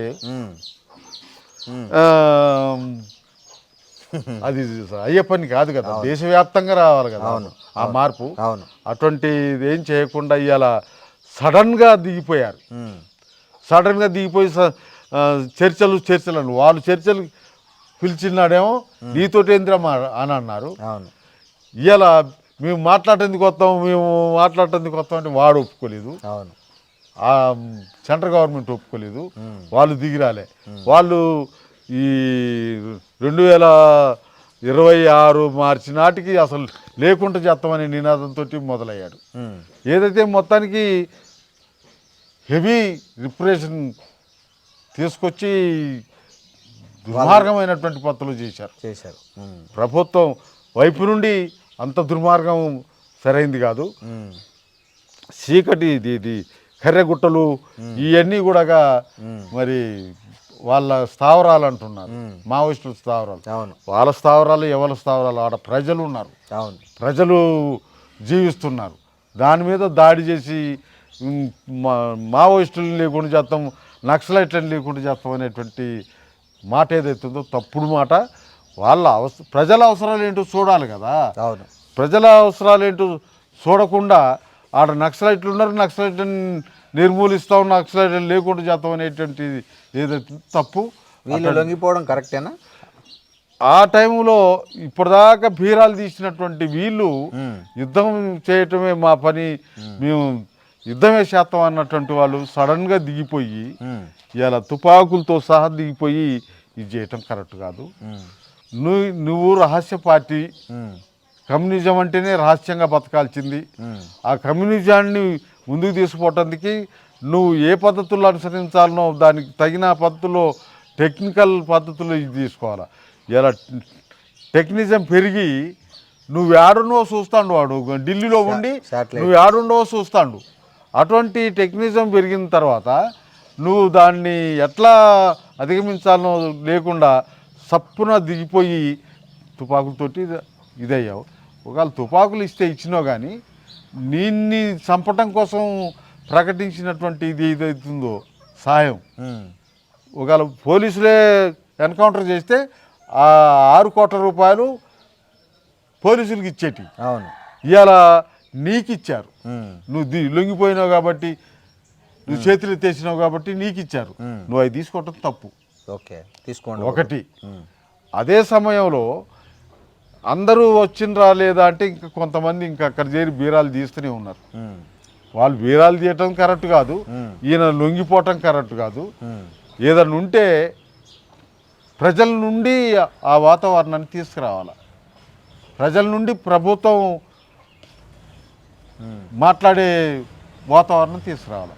అటువంటిది కాకుండా సప్పున ఇదో పాము నెత్తిన తెల్ల ఉసిరి పెడితే ఇదైనట్టుగా ఇదైంది. తప్పు, వాళ్ళది తప్పు. వీడు దుర్మార్గమైనటువంటి పద్ధతుల్లో ఎమర్జెన్సీ లాంటి వాతావరణాన్ని తీసుకొచ్చాడు. ఎమర్జెన్సీ నాడు ఇందిరాగాంధీ అన్నది కమ్యూనిస్టులు లేకుండా చేస్తా అని. ఇప్పుడు ఈయన నక్సలైట్ లేకుండా చేస్తాను అంటాడు. ఆ కలలుగా అన్నది ఆ కమ్యూనిస్టులు చెడిపోయో బాగుపడో మొత్తానికి బతికున్నారు. ఇప్పుడు కూడా ఆ పద్ధతిలోనే నక్సలైట్ బతికుంటుంది. వ్యవస్థలో మార్పు కావాల్సినటువంటి పద్ధతుల్లో దాన్ని ముందుకు తీసుకుపోతాం. ఓకే, ఆ నమ్మకంతో మేము పనిచేస్తున్నాం. సార్, ఇంకోటి, ఈ మధ్యకాలంలో ఏదైతే ఎస్సీ వర్గీకరణ జరిగిందో, ఎస్టీల్లో కూడా వర్గీకరణ జరగాలి, ఎస్టీల్లో కూడా మెజారిటీ రిజర్వేషన్లు కొంతమంది అనుభవిస్తున్నారు, కొన్ని ఎస్టీలు అయితే వాటి దరిదాపుల్లోకి కూడా పోయే పరిస్థితి లేదు అని ఒక ఆర్గ్యుమెంట్ మొదలైంది ఈ మధ్య కాలంలో. మీ వైఖరి ఏంటి, మీ స్పందన ఏంటి దాని మీద? వాస్తవంగా మేము మా పార్టీగా మేము ఇచ్చేటువంటి సందేశం ఏంటంటే, ఇప్పుడు వాళ్ళు ఎక్కడి నుంచో వచ్చారు, ఎప్పుడో కలిపారు, కావాలని చేసిన అని ఈ ఎస్టీకి సంబంధించినటువంటి మేధావులు మాట్లాడుతున్నారు. అది నిజమే, జరిగింది. అటువంటి పరిస్థితి జరిగింది, అట్నే జరిగింది. కానీ ఇవాళ వాళ్ళని ఎల్లగొట్టి వీళ్ళకే కావాలా అన్ని హక్కులు అనేటువంటి దాని విషయానికి వస్తే అది అయ్యే పని కాదు. కాబట్టి మేమేమంటున్నామంటే, కనీసం వాళ్ళలో ఇప్పుడు ఎస్సీ వర్గీకరణ చేశారు కదా, ఏబిసిడిగా, ఈ ఎస్టీఎల్ని కూడా ఏబిసిడీలుగా వర్గీకరణ చేసి వీళ్ళకుండే హక్కుల్ని వీళ్ళకు, వాళ్ళకుండే హక్కుల్ని వాళ్ళకు చేయాలనేటువంటి మా పార్టీ అవగాహన, మా పార్టీ. మీరు దానికి ఏదైనా నాయకత్వం వహించే అవకాశం ఉందా ఈ ఇష్యూ మీద? మేము మా పద్ధతిలో మేము దాన్ని చెప్తున్నాం. ఓకే, ఆల్రెడీ మొదలు పెట్టారు. మాది ఆల్రెడీ ఏబిసిడి వర్గీకరణ చేయాలని చెప్పి. ఎవరు మేజర్గా ఎస్టీ రిజర్వేషన్ ఎక్కువ లబ్ధి పొందుతున్నారు మీ ఎస్టీ రిజర్వేషన్లో? నిజంగానే ఇక్కడ పుట్టి ఇక్కడ పెరిగినటువంటి ఆ ఏజెన్సీలో బతుకుతున్నటువంటి కోయా, కొండరెడ్డి, ఈ నాయక్పోలు అనేటువంటి వాళ్ళు ఇంకేదో ఉన్నారు. వాళ్ళు మొత్తానికి బాగా ఇంకా వెనకబడి ఉన్నారు. వాళ్ళకు సంబంధించినటువంటి విషయానికి వస్తే నష్టపోతున్నటువంటిది. ఎక్కడి నుంచో రాజస్థాన్, మహారాష్ట్ర ఆ ప్రాంతం నుంచి వచ్చినటువంటి వాళ్ళు ఇక్కడ ఈ లంబాడా, ఈ బంజారా అనేటువంటి వాళ్ళు వచ్చి ఇక్కడ ఈ ప్రాంతంలో ఉన్నారు, ఎక్కువ లబ్ధి పొందుతున్నారు. అదే సమయంలో వాళ్ళు లబ్ధి పొందడానికి కూడా వాళ్ళకు ఉన్నటువంటి నాలెడ్జ్ ప్రకారంగా ఈ కోయా, కొండరెడ్లకు లేకపోవటం, వాళ్ళు ఆ పద్ధతుల్లో ముందుకు రావటం జరగటం లేదు. ఇలా కొంత చదువు అందుబాటులోకి వచ్చి పిల్లలందరూ చదువుకుంటున్నారు, చదువుకొని ఆలోచిస్తున్నారు. కానీ ప్రభుత్వం వైపు నుండి వాళ్ళకి కావాల్సినటువంటి సౌకర్యాలు ఏవైనా ఉన్నాయంటే వాటిని వీళ్ళు స్పీడ్గా లాగేసుకుంటున్నారు, వీళ్ళేమో సతికిలబడి చూస్తున్నారు. చదువు అంటే గుర్తొచ్చింది, ఇందాక మీ కొడుకుతో మాట్లాడాం. మీకు పిల్లలు ఎంతమంది సార్? ఇద్దరా ముగ్గురా? నలుగురు, 2 అబ్బాయిలు 2 అమ్మాయిలు. అయితే అబ్బాయిలు పెద్దోళ్ళు, 2 అబ్బాయిల తర్వాత 2 అమ్మాయిలు. వీళ్ళలో చిన్న అబ్బాయి 94 మే 1 తారీఖు నాడు, నేనేమో యార్దో బండి తీసుకొచ్చిన వాళ్ళతో అడకొచ్చి బండి పెట్టి నేను ఊళ్ళో జెండా ఎగిరేయటానికి వెళ్ళాను. వాడు ఆ బండి తీసుకుని బయటికి వెళ్ళి పడిపోయి చనిపోయాడు. యాక్సిడెంట్. ఆ బండితో పడిపోయి చనిపోయాడు. అమ్మాయిలు ఉన్నారు. వీళ్ళిద్దరు కూడా, ఇప్పుడు అబ్బాయిలు ఇద్దరు కూడా, అబ్బాయి 10లో, వాడు చచ్చిపోయినటువంటి వాడు 9వ తరగతి పూర్తయింది, వాడు 10లోకి పోయేవాడు. వీళ్ళు కూడా గవర్నమెంట్ స్కూల్లే, గవర్నమెంట్ స్కూల్లే. మళ్ళీ 2 అమ్మాయిలు, వాళ్ళు ఇప్పుడు ఒక అమ్మాయి, పెద్ద అమ్మాయి టీచరు, చిన్న అమ్మాయి ఏమో యూనివర్సిటీ ప్రొఫెసర్. ఏ యూనివర్సిటీ? మనం హైదరాబాద్ ఉస్మానియా యూనివర్సిటీ. ఓకే. అందులో ఇక్కడి నుంచి ఈ ఊళ్ళో నుంచి మొదలుకొని జిల్లా నుంచి రాష్ట్రం దాకా వెళ్ళారు. అమ్మాయిలను బాగా చదివించారు, కొడుకును మరి ఇంటర్కి ఎందుకు ఆపేశారు? అంటే నేను చదివించటం కాదు. ఓకే. నేను చదివితే వచ్చేది కాదు, నేను చదువుమంటే అయ్యేది కాదు. ఓకే. వాళ్ళు చదువుకోవాలా. చచ్చిపోయినవాడు ఉంటే అట్టుండదో, వీడు కొద్దిగా చదువులో డల్లు, చదువు మీద ఇంట్రెస్ట్ కూడా లేదు. వాళ్ళు చదువు మేము చదువుకునేటప్పుడు మాకు ఈ ఊళ్ళో కూడా చదువు బడి లేదు. అట్లా మేము మళ్ళా ఈ 5వ తరగతి పూర్తయిన తర్వాత 6వ తరగతి పోదాం, 7వ తరగతి పోదాం అంటే ఆ తరగతిలో ఉన్న స్కూళ్ళు దగ్గరలో లేవు. అట్లా మీరు అట్లా మేము మా చదువు ఆగిపోయింది. మమ్మల్ని మా తాత మా నాన్న వ్యవసాయానికి, మేకలు గాయటానికి, ఆవులు గాయటానికి ఉపయోగించారు. అట్లా వాళ్ళకు చదువు కొద్దిగా అందుబాటులోకి వచ్చింది. ఈ ఊళ్ళే 3వ తరగతి దాకా చదువుకున్నాక 3వ తరగతి నుండి గవర్నమెంట్ స్కూల్ వచ్చింది ఇక్కడ, సుదిమల్ల గర్ల్స్ హాస్టల్ అని వచ్చింది. అందులో పెట్టినాం. అందులోనే ఇంటర్ దాకా అమ్మాయిలు ఇద్దరు బాగా చదువుకున్నారు. ఇంటర్ దాకా చదువుకున్నారు. ఇంటర్ అయిపోయిన తర్వాత డిగ్రీ కాలేజ్ కూడా మా ఆధ్వర్యంలో వచ్చింది. ఆ డిగ్రీ పూర్తి చేసింది ఇల్లుందులో. సో మీ పిల్లలు మీరు తెచ్చిన, మీ హయాంలో వచ్చిన స్కూళ్ళల్లో చదువుకున్నారు. అది కూడా ప్రభుత్వ స్కూల్. అట్లా ఆడపోయి హైదరాబాద్ పోయి ఆ బ్యాచ్ అంతా ఇక్కడ ఏదో నర్సులు, ఈ హెల్త్ డిపార్ట్మెంట్లలో టీచర్లు ఇట్లా అయ్యారు. ఏమో పోయి ఆడ యూనివర్సిటీలో లా సీట్ తీసుకుంది, లా పూర్తి చేసి. మీరు గైడ్ చేశారా? అది వాళ్ళ సొంత ఆలోచన? నేను గైడ్ చేయడానికి ఏం లేదు, వాళ్ళు చదువుకోవటానికి పోతుండ్రు, చదువు అందుబాటులో ఉంది, వాళ్ళు దాన్ని వినియోగించుకున్నారు. పోయి లా తీసుకోవాలా లేకపోతే ఇట్లా అట్లేం లేదు, అటువంటిది మీ భార్య కానీ అటువంటిది ఏమీ లేదు. ఇప్పుడు తల్లిదండ్రులు కొంతమంది అనుకుంటారు ఇది కావాలా చేయాలంటారు, కానీ మేము అటువంటిది ఏం లేకుండా ఆమె పోయి లా తీసుకుంది. లా తర్వాత ఏం చేస్తావు ఏంటిది అనే దానికి వస్తే, నేను అప్పుడు ఎమ్మెల్యేగా ఉన్నా, నా క్వార్టర్స్కి వచ్చి నా క్వార్టర్స్లో ఉండి చదువుకుంది. లా అయిన తర్వాత LLM తీసుకుంది. LLM అయిన తర్వాత PhD తీసుకుంది. PhD పూర్తయింది, తనకు ఉద్యోగం ప్రొఫెసర్ జాబ్ వచ్చేసింది. సో పిల్లల పెళ్ళిళ్ళు అయిపోయాయి అందరివి? పెద్ద అమ్మాయికి పెళ్ళి అయింది, ఆమెకు 2 పిల్లలు, అబ్బాయి అమ్మాయి. అల్లుడు ఏం చేస్తారు? ఆయన వ్యవసాయమే, ఆమె టీచర్. పెద్ద అమ్మాయి టీచర్. మీరు చూసిన సంబంధమా, వాళ్ళు సెలెక్ట్ చేసుకున్నారు? వాళ్ళు సెలెక్ట్ చేసుకున్నారు, మీరేం కాదు. ఇప్పుడు పెద్ద అబ్బాయి ఉన్నాడు. పెద్ద అబ్బాయికి మేము చూసి మా పార్టీ నాయకుడు అమ్మాయిని చేశాం. అబ్బాయికి 2 అమ్మాయిలు, 1 అబ్బాయి. ఇప్పుడు ఆ అమ్మాయిలు ఒక అమ్మాయి లా పూర్తి చేసింది, LLM చేయటానికి ప్లాన్ చేస్తుంది. చిన్న అమ్మాయి ఏమో సైకాలజీ సైకాలజీ చేస్తుంది అనంతపురంలో యూనివర్సిటీలో. ఎస్కే యూనివర్సిటీలోనా? ఏం అంత దూరం వెళ్ళారు? సీట్ ఆడొచ్చింది. ఓహో, గవర్నమెంట్ ఫ్రీ సీట్ కదా, మనం డబ్బులు పెట్టి తీసుకునేది కాదు కదా. అట్లా సీట్ ఆడొచ్చింది, అక్కడ పోయి చేస్తుంది. ఇది లాస్ట్ ఇయర్ అయిపోద్ది. తర్వాత ఆమె పెళ్ళి. మనవాళ్ళు మనవరాల పరిస్థితి వాళ్ళే మనవరాలు. ఓకే, ఇప్పుడు ఓకే, మీ అబ్బాయి వాళ్ళ పిల్లలు. Okay okay okay. ఇప్పుడు వాళ్ళ అబ్బాయి డిగ్రీ, ఇప్పుడు మన మనుగూరు దగ్గర డిగ్రీ కాలేజ్ ఉంది, గవర్నమెంట్ కాలేజ్, అక్కడ చదువుతారు.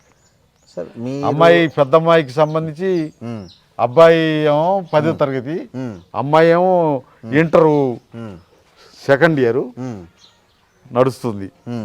చూస్తుంటే ఒక మామూలు ఆర్డినరీ ఫ్యామిలీ, అంటే ఒక స్కూల్లో ఒక 4th క్లాస్ ఎంప్లాయీ ఫ్యామిలీ అంటే అంత అతి సాధారణ జీవితం గడుపుతున్నారు. ఇవాళ రేపు ఆడవాళ్ళు ఎట్లున్నారంటే, నాకు అది కావాలి, బంగారు కావాలి, లేకపోతే చీరలు కావాలి, ఇన్ని నగలు కావాలి, ఆ వస్తువులు కావాలి, ఇంట్లోకి మిక్సీ కావాలి, గ్రైండర్ కావాలి, ఇవన్నీ అడుగుతారు కదా. మీ భార్య నుంచి ఎప్పుడైనా అట్లాంటి డిమాండ్లు ఏమైనా వచ్చాయా మీకు?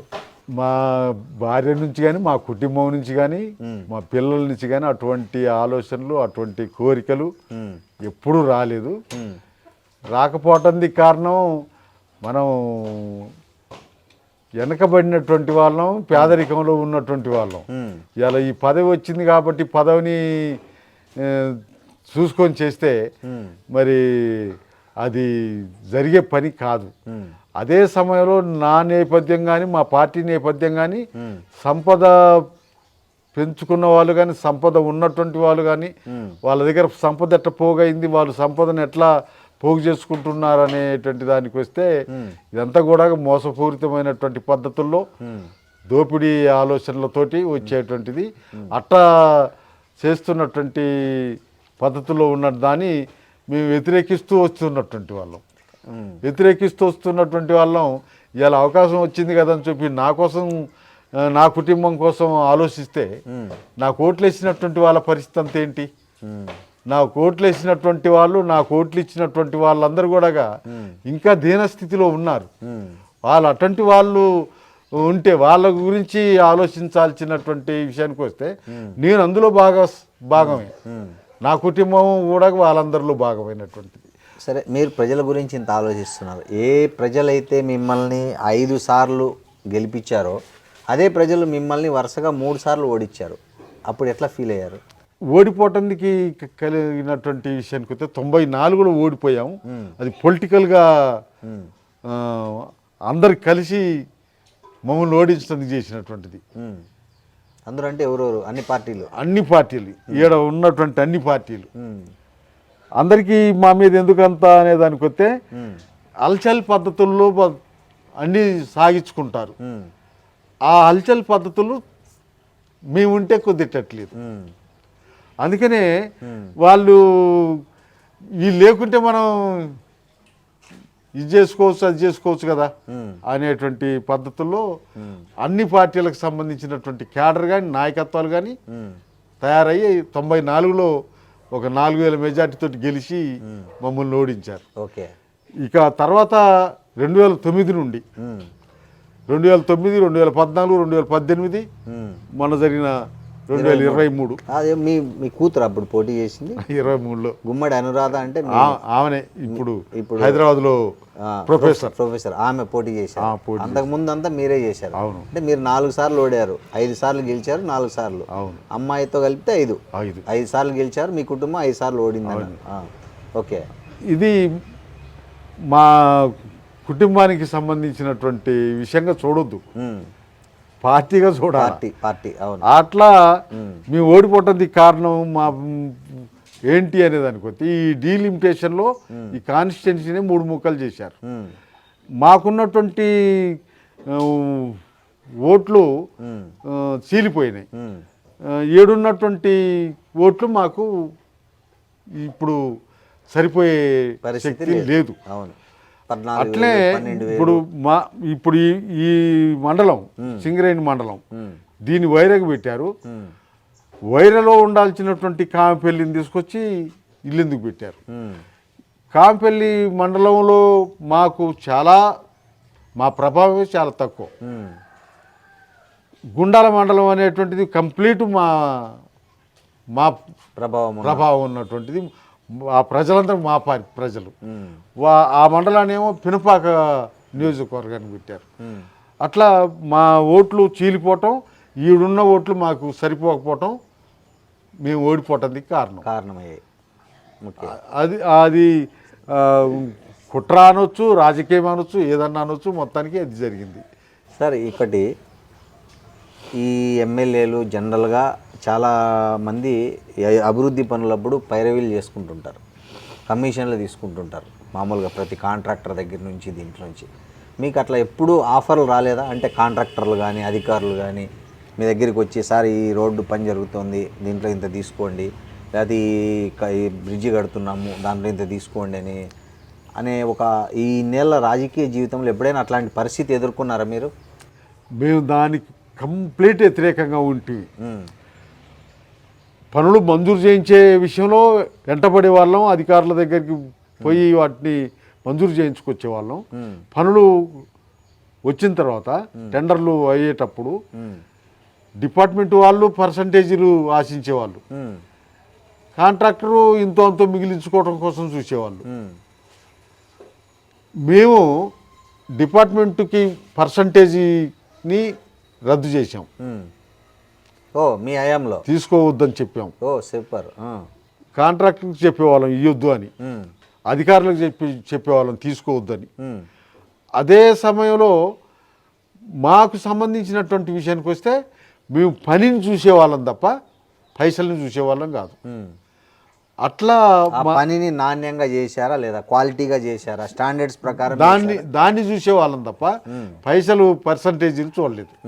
ఇవాళ వాళ్ళకి సంబంధించినటువంటి విషయానికి వస్తే పర్సంటేజీలు ఎంత, మా పర్సంటేజ్ సంగతి ఏంది? ఒక కాంట్రాక్టర్ వస్తాడంటేనే బిడ్డ మా పర్సంటేజీ చూసుకొని అది సెట్ అయితే లేకపోతే ఇక్కడ రావద్దు. అవును, ఇదన్నమాట ఇప్పుడున్న వాతావరణం. అవును, అప్పుడు మా వాతావరణం అది అటువంటిది, ఆ పద్ధతిలో ఉండేవాళ్ళం. ఇప్పుడు జనరల్గా ఈ ఎమ్మెల్యేలు అంటే ఆ కాన్స్టిట్యున్సీలో ఎంఆర్ఓ ఎవరు ఉండాలా, ఎస్ఐ ఎవరు ఉండాలా, సిఐ ఎవరు ఉండాలా, డిఎస్పీ ఎవరు ఉండాలా, లేకపోతే ఇతర ఇంజనీర్లు ఎవరు ఉండాలా అనేది వాళ్ళ ట్రాన్స్ఫర్లు, ప్రమోషన్లు అన్నిట్లో జోక్యం చేసుకుంటారు. మీరు కానీ మీ ఫ్యామిలీ కానీ ఎప్పుడైనా అట్లాంటి లేదా మీ దగ్గరికి వచ్చి, సార్ నాకు ఈ పోస్ట్ ఇప్పించండి, లేకపోతే నేను ఇక్కడికి వస్తా, అట్లా కూడా డబ్బులు ఇచ్చే వాళ్ళు ఉంటారు కదా మామూలుగా, అట్లాంటి ఇప్పుడు అదే ఇప్పుడు ఈ ఒక ఎస్ఐ మారాలి, ఎస్ఐ రావాలి అంటే వచ్చేవాడు డబ్బులు ఇవ్వాలా, పోయేవాడు కూడా డబ్బులు ఇచ్చి పైరో చేసుకొని వెళ్ళిపోతాడు. అటువంటి సిచ్యువేషన్ మా హాయంలో ఎప్పుడూ జరగలేదు. 78 నుండి మొదలుకొని మన 2009 దాకా కూడా జరగలే. మా ఎంబటి గన్మెన్లు, సెక్యూరిటీ సిబ్బంది ఇటువంటి వాళ్ళు ఎవరు ఉండేవాళ్ళు కాదు. మీరు గన్మెన్ తీసుకోలేదా? మేము వద్దంటే పంపించేవాళ్ళు, మాకు అవసరం లేదంటే కూడా పంపించేవాళ్ళు ఒక ఇద్దరిని. వాళ్ళు నా దగ్గర ఇచ్చి ఏం చేస్తారు, నా దగ్గర ఖాళీగా ఉండాలా. ఇప్పుడు మీతో ఎట్లా ట్రావెల్ చేసేవాళ్ళు? కారు ఉండేది కాదు, వాళ్ళు మీతో పాటు ఎట్లా వచ్చేవాళ్ళు? అందుకని వాళ్ళు నేను నడిచిపోయిన కాడికి వాళ్ళు నడిచి రావాలా, నేను బస్సు ఎక్కితే వాళ్ళు బస్సు ఎక్కాల. ఈ పద్ధతిలో జరిగేది. ఒకటి నా దగ్గరికి వచ్చినటువంటి వాళ్ళు దర్జాగా రెస్ట్ తీసుకునేవాళ్ళు, ఇంటి పనులు చూసుకునేవాళ్ళు, నా దగ్గరికి పోటీ పడి దరఖాస్తులు పెట్టుకునేవాళ్ళు. అంటే పని ఉండదు కాబట్టి రావాలని. నేనేమో వద్దని చెప్పేవాని, గవర్నమెంట్ ఏమో పంపిస్తుండేది, వాళ్ళు రావటానికి పైరలు చేసుకునేటోళ్ళు. ఎందుకు అంటే మీ దగ్గర ఏం లాభం ఉండదు కదా, పని ఏమి ఉండదు కదా. నా ఎంబడి తిరిగే అవసరం లేదు కదా, పోయి ఇంటికాడ కూర్చోవచ్చు కదా, ఇంటి పని చూసుకోవచ్చు కదా. ఇది వాళ్ళ అట్లా ఇదే ఇది. ఇప్పుడున్న ఎమ్మెల్యేలకి జీబులు వేసుకొని కార్లు వేసుకొని వెనక ముంగట పోతున్నారు సెక్యూరిటీ. అది ఎందుకు అవసరమా అనే దానికి వస్తే అవసరమేం లేదు, డిగ్నిటీ మెయింటైన్ చేసుకోవటం కోసం దాన్ని హంగామా అది చేసుకోవటానికి. మాకేమో అటువంటిది అవసరం లేదు. మేము యాడికి పోయినా మా జనం మాకు కనపడేటోళ్ళు, మా జనం మా దగ్గరికి వచ్చేటోళ్ళు. ఈ వీళ్ళుంటే వీళ్ళు పక్కనుంటే దూరంగా నిలబడాల ప్రజలు. సార్ మీరు ఇప్పుడు మొత్తం ఫ్యామిలీలో మీకు 2 ఆడపిల్లలు, ఒక కోడలు, మనవళ్ళు, మనవరాళ్ళు ఉన్నారు కదా, మొత్తం మీ ఫ్యామిలీలో అందరికి కలిపి ఎంత బంగారం ఉంటుంది సార్? బంగారం నా చెవులకి మా తాత గుట్టించిన బంగారం పోగులనే అమ్మేసుకున్నా. ఎందుకు అమ్మేసుకున్నారు? ఇంట్లో గడవక. ఎప్పుడు, ఏ సంవత్సరము? ఈ 60 కన్నా ముందు అమ్మేసుకున్నాం. ఎంత కమ్మారు? అప్పుడు ఎంత, ఈ 2 పోగులు తీసి బంగారం షాపులో ఇస్తే వాళ్ళు 500-600 ఇచ్చిండు. దాన్ని తెచ్చుకొని ఇంట్లోకి సరుకులు తెచ్చుకున్నాం అంతే. ఓకే. ఇక తర్వాత ఎప్పుడు బంగారం అనేది లేదు. అంత పిల్లలకి కనీసం చిన్న చిన్న కమ్మలు, ముక్కు పుడకలు కానీ ఇట్లా అవి అటువంటి ఏమీ లేవు. వాళ్ళు కూడా కొనకాలు, వాళ్ళు కూడా మాకు ఇది కావాలి అది కావాలని లేదు. పెద్దమ్మాయి టీచర్ కదా, ఆమె ఉద్యోగం చేస్తుంది, ఆమెకు జీతం వస్తుంది, ఆమె కుటుంబం అట్లా నడుస్తుంది. ఈ చిన్నమ్మాయి ప్రొఫెసర్ కదా, ఏమన్నా మాకు సాయం చేద్దాం, మా వ్యవసాయానికి ఏమన్నా ఉపయోగపడుద్దాం, ఎప్పుడన్నా 10 రూపాయలు ఇస్తుందేమో అని అంటే, ఆమెకు సంబంధించినటువంటి విషయంలో దరిద్రమైనటువంటి పద్ధతుల్లో ఏదేదో చేసింది. ఇప్పుడు ఆమె డబ్బులు ఆమె ఖర్చులకి మిగలటాలి. ఇప్పుడు మేము పండించుకున్నటువంటి బియ్యమే. ఎందుకు? ప్రొఫెసర్ అంటే మంచి జీతం ఉంటుంది కదా. మంచి జీతమే ఉంటుంది. ఆడ ఏంటో మరి మాకు ఇప్పటికీ అర్థం కానీ. మీతో చెప్పలేదా? చెప్పదు. ఎందుకు ఖర్చు పెడుతుంది? అంతే. ఇక అది మేము ఏంటి నీ సంగతి అని మేము అడగం, మాకు చెప్పదు. సో బట్టలు ఎన్నిసార్లు కొంటారు సార్ సంవత్సరంలో? మీరు ఎన్ని జతలు కొంటారు? మీకు ఎన్ని జతలు కొంటారు? మీ భార్యకు, పిల్లలకి ఎట్లా ఎంత ఖర్చు పెడతారు బట్టల మీద? బట్టలకి మన సంవత్సరం మీద దసరా పండగ ఒకటి ఉంటుంది. ఆ దసరా పండగకి మాత్రమే బట్టలు కొంటాం. ఇంటిల్లిపాదికి ఒకసారి కొంటారు. ఇంటిల్లిపాదికి. ఎన్ని జతలు? మీకు ఎన్ని జతలు? ఆమెకి ఎన్ని? తలా 2 జతలు తీసుకుంటారు. అంతే. ఇంకా ఆ సంవత్సరం అంతా ఇంకా మళ్ళీ ఏముండవు. ఇప్పుడు నా విషయానికి వస్తే, నేను ఇప్పుడు ఈ పెళ్ళిళ్ళు చేసుకునే జంటలు ఉంటాయి. వాళ్ళు పెళ్లి చేసుకున్న వాళ్ళ ఒక పంచ సొక్క తీసుకొచ్చి ఇచ్చిపోతారు నాకు. అవే మీకు ఎక్కువ అవి నాకు నడుతారు. నాకు ప్రత్యేకంగా మళ్ళీ కొనాల్సిన అవసరం లేదు. నేను కొనేది ఏదంటే ఈ లుంగీలు, ఈ డ్రాయరు, బనీన్, అంతే. ఇంతే. షర్ట్లు అవి వాళ్ళే గిఫ్ట్ ఇస్తారు పెళ్ళికి. అట్లా జరుగుతుంటుంది. మీ భార్యకి ఇప్పటి వరకు మీరు ఏదైనా ప్రేమతో కొనిచ్చారా ఈ ఇన్నేళ్ళ దాంపత్య జీవితంలో? ప్రేమతోడు కొనియటం ఏముంది, మేము మా కుటుంబం, మా అవసరాలు, మా అంతేగాని 25 పెళ్లి రోజు లేకపోతే అట్లా ఉంటాయి కదా పెళ్లి రోజు, అట్లాంటివి ఏం జరుపుకోరా? అటేం జరుపుకో. పుట్టినరోజులు, పెళ్లి రోజులు అటువంటి ఏం లేవు. సో ఆమె ఎప్పుడైనా మీ దగ్గర బాధపడ్డ ఉన్నాయా ఏ పలానా విషయంలో? ఏదైనా ఏం లేదు. అటువంటి బాధలు, అటువంటి ఇబ్బందులు ఏమీ లేవు. ఇప్పుడు ఆరోగ్యరీత్యా ఇబ్బంది పడుతుంది. ఆరోగ్యరీత్యా ఈ కాళ్ళ నొప్పులు వీటితోటి ఇబ్బంది పడుతుంది. బాధపడ్డ టైం ఏది అని అంటే 94 ఓడిపోయిన చిన్న అబ్బాయి చనిపోయినాడు, బాధపడ్డాం. గెలిచినాడు సంబరంగా లేము మేము, ఓడిపోయినాడు సంబరంగా బాధగా లేవు. ఓడిపోయినాడు, గెలిచినాడు, ఎప్పుడూ ఒక రకమైనటువంటి పద్ధతుల్లోనే ఉన్నాం. ఓకే. మీ బయోగ్రఫీని కన్నడ నటుడు రాజ్ కుమార్ కొడుకు ఆయన హీరోగా పెట్టి ఒక సినిమా తీస్తున్నారు. ఆ సినిమా కథ మీకు వినిపించారా? ఏముంటుంది, ఎట్లుంటుంది అని ఏమన్నా మీతో వచ్చి చర్చించారా? ఆ కథ వాళ్ళు వినిపించటం కాదు, మా దగ్గర నుంచి ఆ కథ అంతా తీసుకుని పోయారు. మీరు చెప్పింది రాసుకుపోయారు, మేము చెప్పింది రాసుకుపోయారు. మా పరమేశ్వర్ అనే డైరెక్టర్ మా కుటుంబం నేపథ్యం పార్టీగా పొలిటికల్గా ఎంత అడిగారు చెప్పాము. ఇప్పుడు 3 సంవత్సరాల నాడు 3 సంవత్సరాల క్రితం స్టోరీ డిస్కషన్ అయింది. వాళ్ళు అంతా అయిన తర్వాత మేము అనుకున్నది ఏంటంటే మీలాంటి ఏ ఛానల్ వాళ్ళు ఏ పేపర్ వాళ్ళు అనుకున్నాం. లాస్ట్కి అంత అడిగినాక అంత మేము చెప్పినాక మొత్తం నోట్ చేసుకొని సార్ మీ సినిమా తీద్దాం అనుకుంటున్నాం సార్ మీ పేరుతోటి, మీ హిస్టరీని మీ చరిత్రని అని అన్నారు. నేను సినిమా తీయటానికి వీల్లేదు, అటువంటి ప్రయత్నం చేయొద్దని చెప్పాను. అదేంటి సార్ ఎందుకు వద్దన్నారు? సినిమా అనే విషయానికి వస్తే మా నేపథ్యం వేరు, ఆ సినిమాల నేపథ్యాలు వేరు. మేము ఇప్పుడు సినిమాలు చూస్తున్నాం. నిన్న నేను టీవీలో ఎర్ర సైన్యం సినిమా చూసా, ఆర్ నారాయణమూర్తి. ఏంది అది? మరి మీలాంటి వాళ్ళు ఎవరైనా చూస్తే అందులో ఏముందో చెప్పాలి.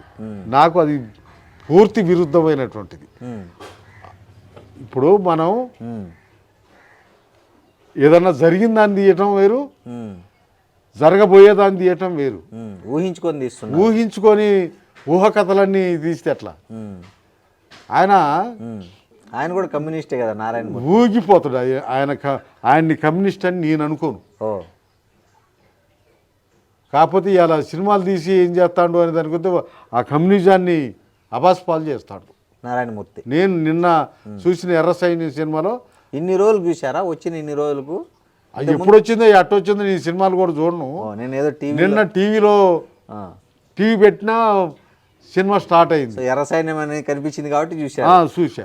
ఓకే, అది ఎంత విరుద్ధంగా ఉంది. ఎప్పుడు జరిగినాయి, ఏ జనం వచ్చారు. ఇలా మావోయిస్టులు వెనక వాడు జనం వెళ్ళేటట్లేరు. మేము పట్టి కదిలితే మా వెనక జనం కదిలేటట్లేరు. ఆయన సినిమాలో అట్ట చూపిస్తాడా? అది అట్లాంటి కాకుండా సినిమా తీయటానికి వీలేదని చెప్పి నేను చాలా సీరియస్గానే చెప్పాను. ఏం చేయాలో వాళ్ళు ఏం చేసిండ్రు, మా పార్టీ నాయకత్వం దగ్గరికి వెళ్ళారు.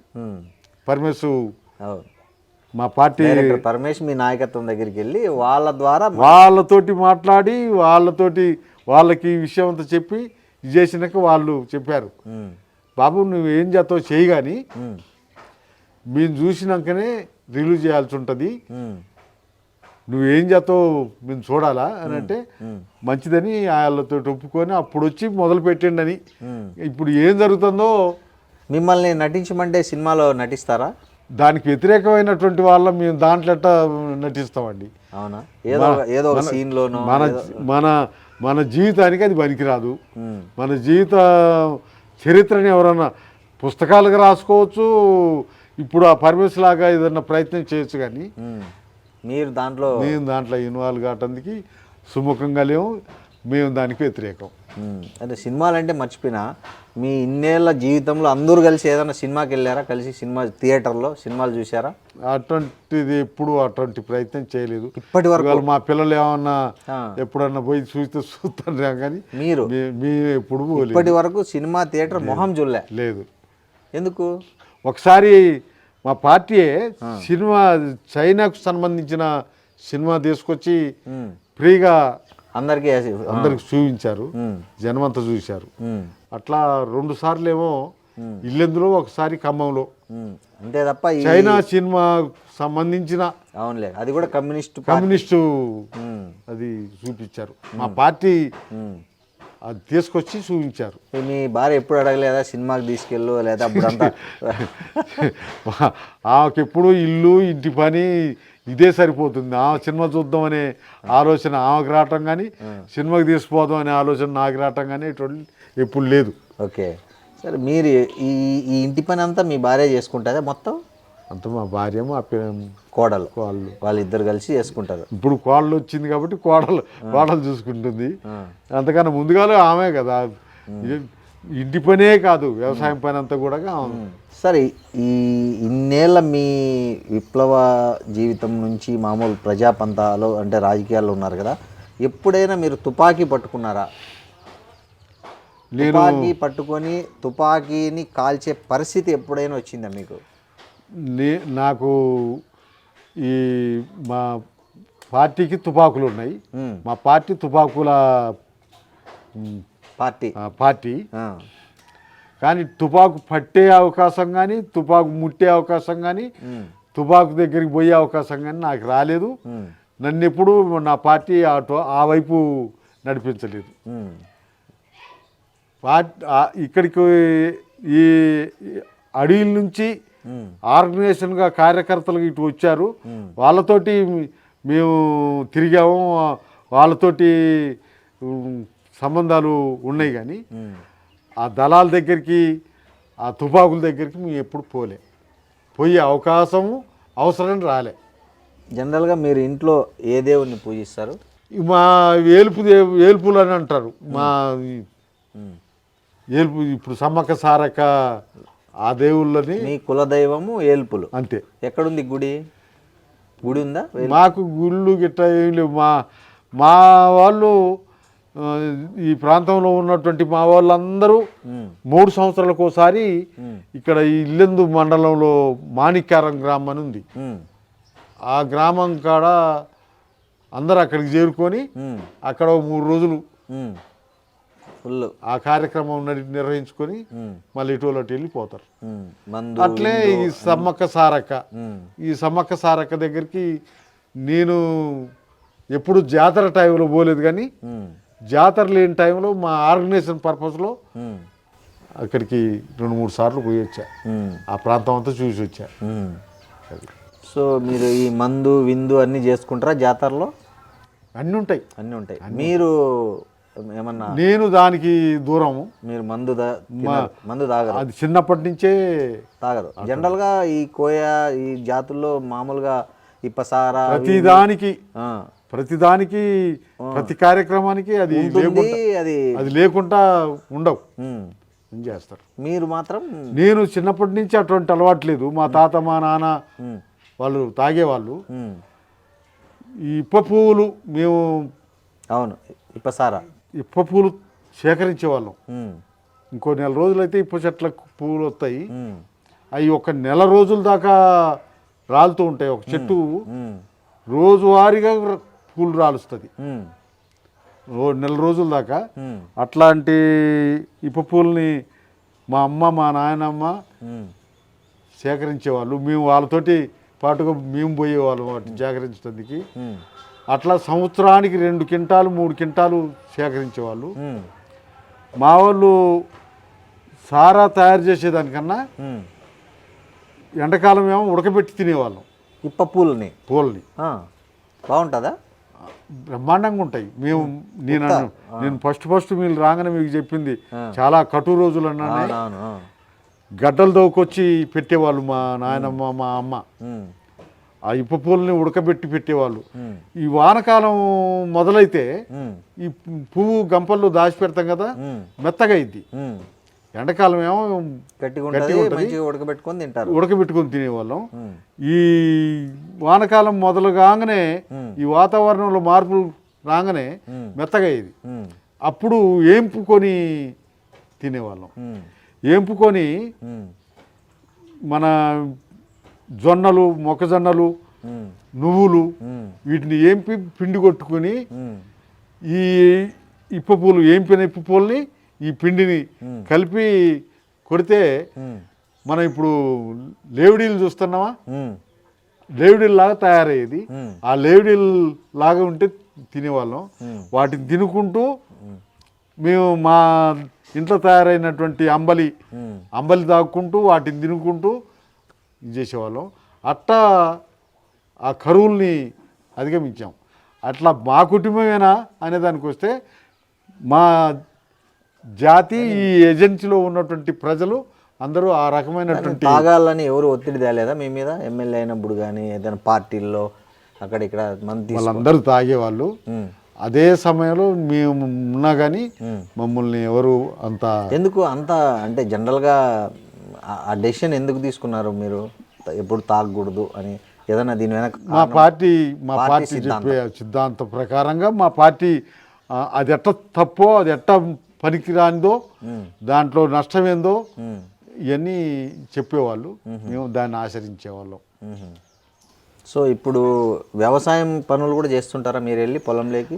నేను ఇప్పుడు ఒక 2-3 సంవత్సరాల నుంచి ఆ పనిలోకి పోతలేను, కానీ మాకున్నదే కొద్దిగా. అవును, 2 ఎకరాలేమో వారసత్వంగా వచ్చింది, ఒక 4 ఎకరాలేమో పోడు చేసుకున్నది. ఇప్పుడు ఆ పోడు దాంట్లో కూడా ఈ మొక్కజొన్న, పత్తి వేస్తారు. మా అబ్బాయి అవన్నీ చూస్తాడు. ఎమ్మెల్యేగా ఆర్టీసీ బస్సులు ఎక్కిపోతారు. ఏదన్నా హెల్త్ ప్రాబ్లం ఉండి చూపించుకోవాలంటే మామూలు వ్యక్తిలాగా వెళ్ళి క్యూలో నిలబడి చేయించుకుంటారు. ఎందుకు మీకు అక్కడ కనీసం నేను ఒక ఎక్స్ఎమ్మెల్యే అని చెప్పడానికి ఎందుకు మీకు అంటే చెప్పాలని ఎందుకు అనిపించదు? చెప్పటానికి తప్పేం కాదు, దాని ఇదేం కాదు. కానీ ఇప్పుడు చాలా మంది మా బంధువు ఎమ్మెల్యే, మా తాత ఇది, మా ముత్తాతది, లేకపోతే మా చిన్నాయనకు అల్లుడు, అట్లా చెప్పుకుంటారు కదా. మీరు స్వయంగా మాజీ ఎమ్మెల్యే ఉండి ఎక్కడైనా మీరు ఆ మధ్య ఎల్వి ప్రసాద్ కంటి ఆసుపత్రికి వెళ్ళి అందరిలాగా క్యూలో నిల్చుకున్నారు. అట్లా ఆర్టీసీ బస్సు ఎక్కుతారు, ఆడ జిహెచ్ఎంసీ దగ్గర వచ్చే 5 రూపాయల భోజనం తింటారు. ఎందుకు అంటే మీ ఇంత సింప్లిసిటీ అనేది ఎట్లా వచ్చింది మీకు? అది నేను పెద్ద విచిత్రం అని అనుకోవటం లేదు. ఇప్పుడు హాస్పిటల్ కాడ పోయాను, ఆ డాక్టర్ దగ్గరికి నేను ఫలానా అని పోవచ్చు. కానీ ముందే సీరియల్లో ఉన్నటువంటి వాళ్ళని పక్కకి పెట్టాలి కదా. అవును, వాళ్ళని పక్కకి నెట్టి నేను పోవాలి కదా. అది నా స్వభావానికే విరుద్ధం. అందుకనే వాళ్ళంతా కానీ నాలాంటి ఇబ్బందితోటే వాళ్ళు వచ్చి ఉంటారు కదా. వాళ్ళని పక్కకి నెట్టేసి నేను డాక్టర్ని నేను వచ్చాను నన్ను చూడమని అట్లా అది కరెక్ట్ కాదు కదా. అది నా స్వభావం. అదే సమయంలో బస్సులో పోవాలన్నా అనే దానికి వస్తే, మొన్న మా అమ్మాయి కారు కొని పంపించింది. నేను ఇందాక చెప్పినప్పుడు ఏం చేస్తుంది అంటే మీ కారు కొని ఈఎంఐలు కడతాను, అది ఆ సంగతి. ఈ కారు ట్రబుల్ ఇచ్చి ఆగింది. మరి నేను నడుచుకుంటూ రావాలా. నడుచుకుంటూ వస్తుంటే బస్సు వస్తుంది. ఆ బస్సు డ్రైవర్కి నేను తెలుసు, బస్సు కండక్టర్కి నేను తెలుసు. వాళ్ళు అది స్టేజ్ కాదు, నేను ఆఫ్ చేయలేదు. వాళ్ళు నన్ను చూసి ఆఫ్ చేశారు. ఆఫ్ చేసి ఎక్కండి సార్ అంటే ఎక్కిళ్ళు వచ్చా. బుల్లెట్ కూడా ఉంది సార్, రాయల్ ఎన్ఫీల్డ్ బుల్లెట్. అది దాని కథ ఏంది? ఈ కారు కన్నా ముందుగాలు నేను పార్టీ ఇచ్చిన బండితోటి తిరిగేవాడిని. సైకిల్ పోయిన తర్వాత బండితోటి తిరిగేవాడిని. మళ్ళా ఆ బుల్లెట్ నేను తిరగటానికి కానీ మరి మా అబ్బాయికి అవసరం అయింది కదా ఇటువంటి పోవటానికి అని చెప్పి కోఆపరేటివ్ సొసైటీలో లోన్ మీద తీసుకున్న దాన్ని. తీరిపోయిందా లోన్? అది తీరిపోయింది. ఎన్ని రోజులు పట్టింది? 2 సంవత్సరాల్లో తీరిపోయింది. 2 సంవత్సరాలు. నెలకు 2000, నెలకు 2000 చొప్పున. ఓకే. ఎన్ని సంవత్సరాలు అయింది సార్ బుల్లెట్ కొని మీరు? అది 4 సంవత్సరాలు అయింది. నడుపుతారా మీరు బుల్లెట్? ఇప్పుడు దాకా నడిపించిన, ఇప్పుడు నడుపుతలేదు. ఇక కారు వచ్చింది కాబట్టి కారులోనే బయటికి. కారు మీరే నడుపుకుంటారా? డ్రైవర్ ఉన్నాడా? డ్రైవర్ మా చిన్న తమ్ముని కొడుకే నా డ్రైవర్. మీ చిన్న తమ్ముని కొడుకు. ఓకే. సో ఈ సైకిల్ ఎక్కడ పోయింది మీది? మీ బ్రాండ్ సైకిల్? నేను ఎమ్మెల్యే కాకముందు నుంచి సైకిల్ ఉంది. దాన్ని బాగు చేసుకుంటూ నడిపించేవాడిని. 99లో పక్కన పెట్టేశాం. అది వారసత్వ ఆస్తి గురించి మాట్లాడుకుంటున్నాం. మీరు ఏదో చెప్తున్నారు, మీ తాతగారు ఏదో పోడు ఏం సంపాదించారని. మాకు సంబంధించిన భూమి 10 ఎకరాలు. మా తాతకు మా నాన్న ఒకడే 10 ఎకరాలు చాలనుకున్నాడు మా తాత. మా నాన్నకు మేము 5గురం. మంచిగా 2 ఎకరాలు వచ్చింది. మనిషికి 2 ఎకరాలు వచ్చింది. అది ఏదైతే మొత్తానికి ఆ 2 ఎకరాలు, తలా 2 ఎకరాలు నేను ఎమ్మెల్యే అయిన తర్వాత గవర్నమెంట్ నుంచి ఐటీడీ నుండి ఈ ట్రైబల్కి ఇచ్చేటువంటి ఇది బోర్లు, కరెంటు ఇవన్నీ కూడా శాంక్షన్ చేసుకున్నారు అందరికీ. మొత్తానికి వాటితోటి మేము బతకాల్సిన సాలుగాసం పండించుకుంటున్నాం. అట్లా మా తమ్ముళ్ళకి పోడు భూములు లేవు. నేను ఒకనే అందరితో ఊరోళ్ళందరితోటి పాటు పోడు సంపాదించుకున్నా. ఆ పోడు ఎకరం ఉంది. దాంట్లో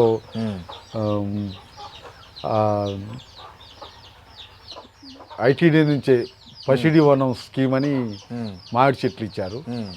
ఆ మామిడి చెట్లు పెట్టా. ఇప్పుడు పోడులో ఆ మామిడి చెట్లు పెట్టిన దగ్గర నుంచి అవి కాపుకి వచ్చిన దగ్గర నుండి మంచి టైంలో మబ్బులు వచ్చేస్తాయి. మబ్బులు వచ్చేస్తే మామిడి చెట్లు పూత రాలిపోవడము. అవును, దాని పూత రాలిపోకుండా మందులు కొడతారు. మీరే మందులు కొట్టరు? మందులు కొడతాను కానీ ఆగటాలే. ఆ టైంలో మబ్బులు రాకూడదట. మబ్బు వస్తే పూత. కాబట్టి అనువైంది కాదు అది. అవును. సో ఈ కార్ ఏదైతే ఉందో మహీంద్రా XUV మీ కూతురు ఎవరైతే ప్రొఫెసర్ ఉన్నారో ఆమె తీసి ఇచ్చారు ఇది. అవును.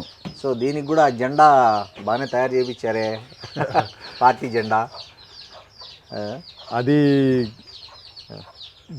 బండి ఆమె అప్పు చేసి బండి కొనిస్తే ఇప్పుడు నేను అప్పుల పాలవుతున్నా. నాకొచ్చే పింఛన్ డబ్బులు అన్నీ కూడా డీజిల్కి రిపేర్లకి సరిపోవటాలే. ఇది అప్పు ఉందంటారు, మీకు నిజమేనా? ఎంత అప్పు ఉంది? అప్పు ఈ వ్యవసాయానికి సంబంధించినటువంటి అప్పే. పంటలు సరిగా చేతికి రాక, పంటలు సరిగా లేక అప్పులు మిగిలిపోతున్నాయి. ఎప్పుడు కూడా అవి తీరంగా మిగిలితే మేము తినేవాళ్ళం. ఇప్పుడు ఒక 5-6 సంవత్సరాల నుంచి వాతావరణం తేడా వలన ఏదైతే మొత్తానికి పంటలు సరిగా రావట్లేదు. పత్తి వేసినా, మొక్కజొన్న వేసినా బాగా నష్టపోతున్నాం. ఆ అప్పులు తీరక పోతున్నాయి. మా అబ్బాయి పేరుతోటి అప్పులు ఉన్నాయి, నా పేరుతోటి అప్పులు ఉన్నాయి. ఈ అప్పులన్నీ అట్లా పెండింగ్లో ఒక 5-6 లక్షలు అప్పులు ఉంటాయి బ్యాంకుల్లో. సార్, ఒకటి ఈ మధ్య మీరు రేవంత్ రెడ్డిని కలవడానికి పోతే ఆయన కలవలేదని, తర్వాత అదంతా మీ వీడియో వైరల్ అయిన తర్వాత ఆయన మళ్ళీ మిమ్మల్ని పిలిపించుకున్నారు, మాట్లాడారు, ఏదో రిప్రజెంటేషన్ తీసుకున్నారు. ఏం చెప్దామని వెళ్ళారు ఆ రోజు రేవంత్ రెడ్డి దగ్గరికి? ఏ సమస్య మీద వెళ్ళారు? చివరికి ఆ సమస్య చెప్పారా? ఇక సమస్యలు నిరంతరం మాకు ఎప్పుడు సమస్యలు ఉంటాయి. పోడు భూముల సమస్యలు ఉంటాయి, రైతులకు సంబంధించిన ఇవాళ ఈ వర్షం వచ్చింది, నిన్న మొన్న వర్షం వచ్చిన దానికి పెద్ద ఎత్తుగా నష్టపోయారు రైతులందరూ. పంటలు పండించి ఆరబోసుకున్నాయి, నష్టపోయారు. చాలా ఉన్నది, నష్టపోయారు. ఇటువంటి విషయాలన్నిటి మీద ఎప్పుడూ ఆ కార్యక్రమాలు ఉంటాం. మేము రాజశేఖర రెడ్డి దగ్గరికి, రాజశేఖర రెడ్డి గవర్నమెంట్లో మంజూరైనటువంటి దుమ్ముగూడెం ప్రాజెక్టు నీళ్లు, గోదావరి నీళ్లు ఇల్లెందుకు రావాలి? ఆ రాజశేఖర రెడ్డి గారు దానికి మంజూరు ఇచ్చి నిధులు కేటాయించి పనులు మొదలుపెట్టితే ఫస్ట్ ఫేజ్లో ఇల్లెందుకు నీళ్లు రావాలి. ఇల్లెందుకు నీళ్లు వస్తే ఈ ఖమ్మం జిల్లా మొత్తం, ఉమ్మడి ఖమ్మం జిల్లా మొత్తం నెత్తిన నీళ్ళు పోసుకుంటే అట్లా ఒళ్ళంతా పడతాయో ఆ రకంగా పడతాయని చెప్పి డిజైన్, ప్లాను ఇవన్నీ చేసి ఇది చేసినటువంటి ఆ దుమ్ముగూడెం ప్రాజెక్టు నీళ్లు ఇల్లెందుకు రాకుండా పోతున్నాయి? ఎందుకు? డిజైన్ల లోపమా? డిజైన్ లోపం. రీడిజైన్ పేరుతోటి కేసీఆర్ గవర్నమెంట్లో రీడిజైన్ పేరుతోటి ఇటు తీసుకురావాల్సినటువంటి పనుల్ని మళ్ళా సత్తువెల్లి, మళ్ళా గోదావరి పక్కపట్టే పోతున్నటువంటిది జరుగుతుంది. అందుకనే కేసీఆర్ గారికి కలవటానికి వీలు కాలే. ఇక్కడ అన్ని పార్టీలతోటి ఐక్యపక్షంగా ఏర్పడి కేసీఆర్ గారికి రిప్రజెంటేషన్ రేవంత్ రెడ్డికి ఇచ్చారు. రేవంత్ రెడ్డి వచ్చిన దగ్గర నుండి ఆయన్ని కలవటానికి, ఆయనకి రిప్రజెంట్ చేయడానికి 5-6 సార్లు పోయాం. ఎప్పుడు పోయినా కానీ ఒక 15-20 వేలు ఖర్చు అవుతుంది. లాస్ట్కి ఒకనాడు ఇక ఏం చేస్తాము అని చెప్పి, నాకు ఇంత ఇదిగా ఉంటుంది అనుకోలేదు. గవర్నమెంట్ అధికారులు పాలకులు ఇట్టుంటారు అనుకోలే. నేను ఎన్టీ రామారావుని చూసిన, చంద్రబాబుని చూసిన, చెన్నారెడ్డిని చూసిన, కోట్ల విజయభాస్కర్ రెడ్డిని చూసా, రాజశేఖర్ రెడ్డిని చూసా. ఎవరి దగ్గరికి నేను ఎప్పుడైనా మేము ఏదన్నా మా సొంత పనికో లేకపోతే పైరవీలకు పోం కదా, ప్రజా సమస్యల మీద పోయేవాళ్ళం. అడిగి పోయి మా కార్డు చూపించేవాళ్ళం, మా కార్డు చూపిస్తే పంపించేవాళ్ళు, పోయి కలిసి మాట్లాడి వచ్చేవాళ్ళం. అటువంటిది కేసీఆర్ దగ్గర నుండి మొదలుకొంటే రేవంత్ రెడ్డి దాకా అసలు వాళ్ళని కలవటానికి వీలు కావట్లే. నేను ఆయన ఇంటి దగ్గర రోడ్డు మీద నిల్చున్నప్పుడు మరి ఎవరో మొత్తానికి మా ఫోటో తీసి పెట్టారు, మీ ఫోన్లలో పెట్టారు. నేను ఇక ఆయన వెళ్ళిపోయిండు ఇంట్లో నుంచి. వెళ్ళిపోయిన తర్వాత ఇక లాభం లేదులే, పోదాం పండి అని చెప్పి మేమందరం మళ్ళా కారు ఎక్కి హైదరాబాద్ నుంచి బయలుదేరినాం. మేము సూర్యాపేట దగ్గరకు వచ్చేటప్పటికి మీలాంటి వాళ్ళందరూ ఫోన్లు చేస్తారు, అన్న ఎక్కడున్నావు ఎక్కడున్నావు అని. బాబు మేము వెళ్ళిపోతున్నాం, ఇల్లు పోతున్నాం అంటే, అన్న మీరు ఇప్పుడు ఇట్లా అట్లా అని అంటే, మరి అది ఏందో నాకు తెలియదు, ముఖ్యమంత్రి గారిని కలవటానికి వచ్చాము, ఆయన కలవకుండా వెళ్ళిపోయిండు, ఇంకా అక్కడి నుంచి మేము మా ఊరు వెళ్ళిపోతున్నాం అని చెప్పి అన్నాం. అది పెద్ద ఇష్యూగానే అయింది. మళ్ళీ పిలిపించారా తర్వాత వాళ్ళు వీళ్ళు ఈ టీవీలు వాళ్ళు వీళ్ళు మాట్లాడేదాన్ని బట్టి ఆయన నాకు తెలియదు, నాకు కనపడలేదు, నేను చూడలేదు. కానీ మీరు నిజంగానే చెప్పిపోయారా, చెప్పకుండా పోయారా ఆయనకు? ఆయన దగ్గర ఉన్న అధికారులకు చెప్పాం. వాళ్ళు ఇవాళ కుదరదు, రేపు ఉండాలి, ఎల్లు ఉండాలి అంటే మనకు కుదరదు కదా. మేము వచ్చామని చెప్పి వాళ్ళకి అప్పుడు కూడా ఫోన్ చేస్తే కూడా వాళ్ళు రెస్పాన్స్ కాలేదు. అట్లా జరిగింది. తర్వాత మళ్ళా ఆయన దగ్గర ఉండే అధికారులు తోటి కుదరక వేం నరేందర్ రెడ్డి అని చెప్పి ఆయన, నేను ఎమ్మెల్యేగా ఉన్నప్పుడు ఆయన ఎమ్మెల్యే, ప్రభుత్వ సలహాదారు, ఇప్పుడు రేవంత్ రెడ్డి గారి దగ్గర సలహాదారు. ఆయన దగ్గరికి పోయి ఆయనతోటి మళ్ళీ టైం తీసుకుంటే అసెంబ్లీలో కలిసిండు. కలిసి మేము రిప్రజెంటేషన్ ఇచ్చాము. రిప్రజెంటేషన్ ఇస్తే పక్కనే ఉత్తమ్ కుమార్ రెడ్డి ఇరిగేషన్ మినిస్టర్ ఆయన ఉన్నాడు. ఆయనకి చెప్పిండు, ఇదేంటో అక్కడ ఒక మీటింగ్ ఏర్పాటు చేసి అక్కడున్న ఎమ్మెల్యేలు, అక్కడున్న పొలిటికల్ పార్టీస్, అక్కడున్న ఆడ పనిచేసే డిపార్ట్మెంట్ వీళ్ళతో మీటింగ్ పెట్టి అదేందో పరిశీలన చేయండి అని చెప్పి ఆయనకు చెప్పిండు. కథలకు ఏమన్నా వచ్చిందా?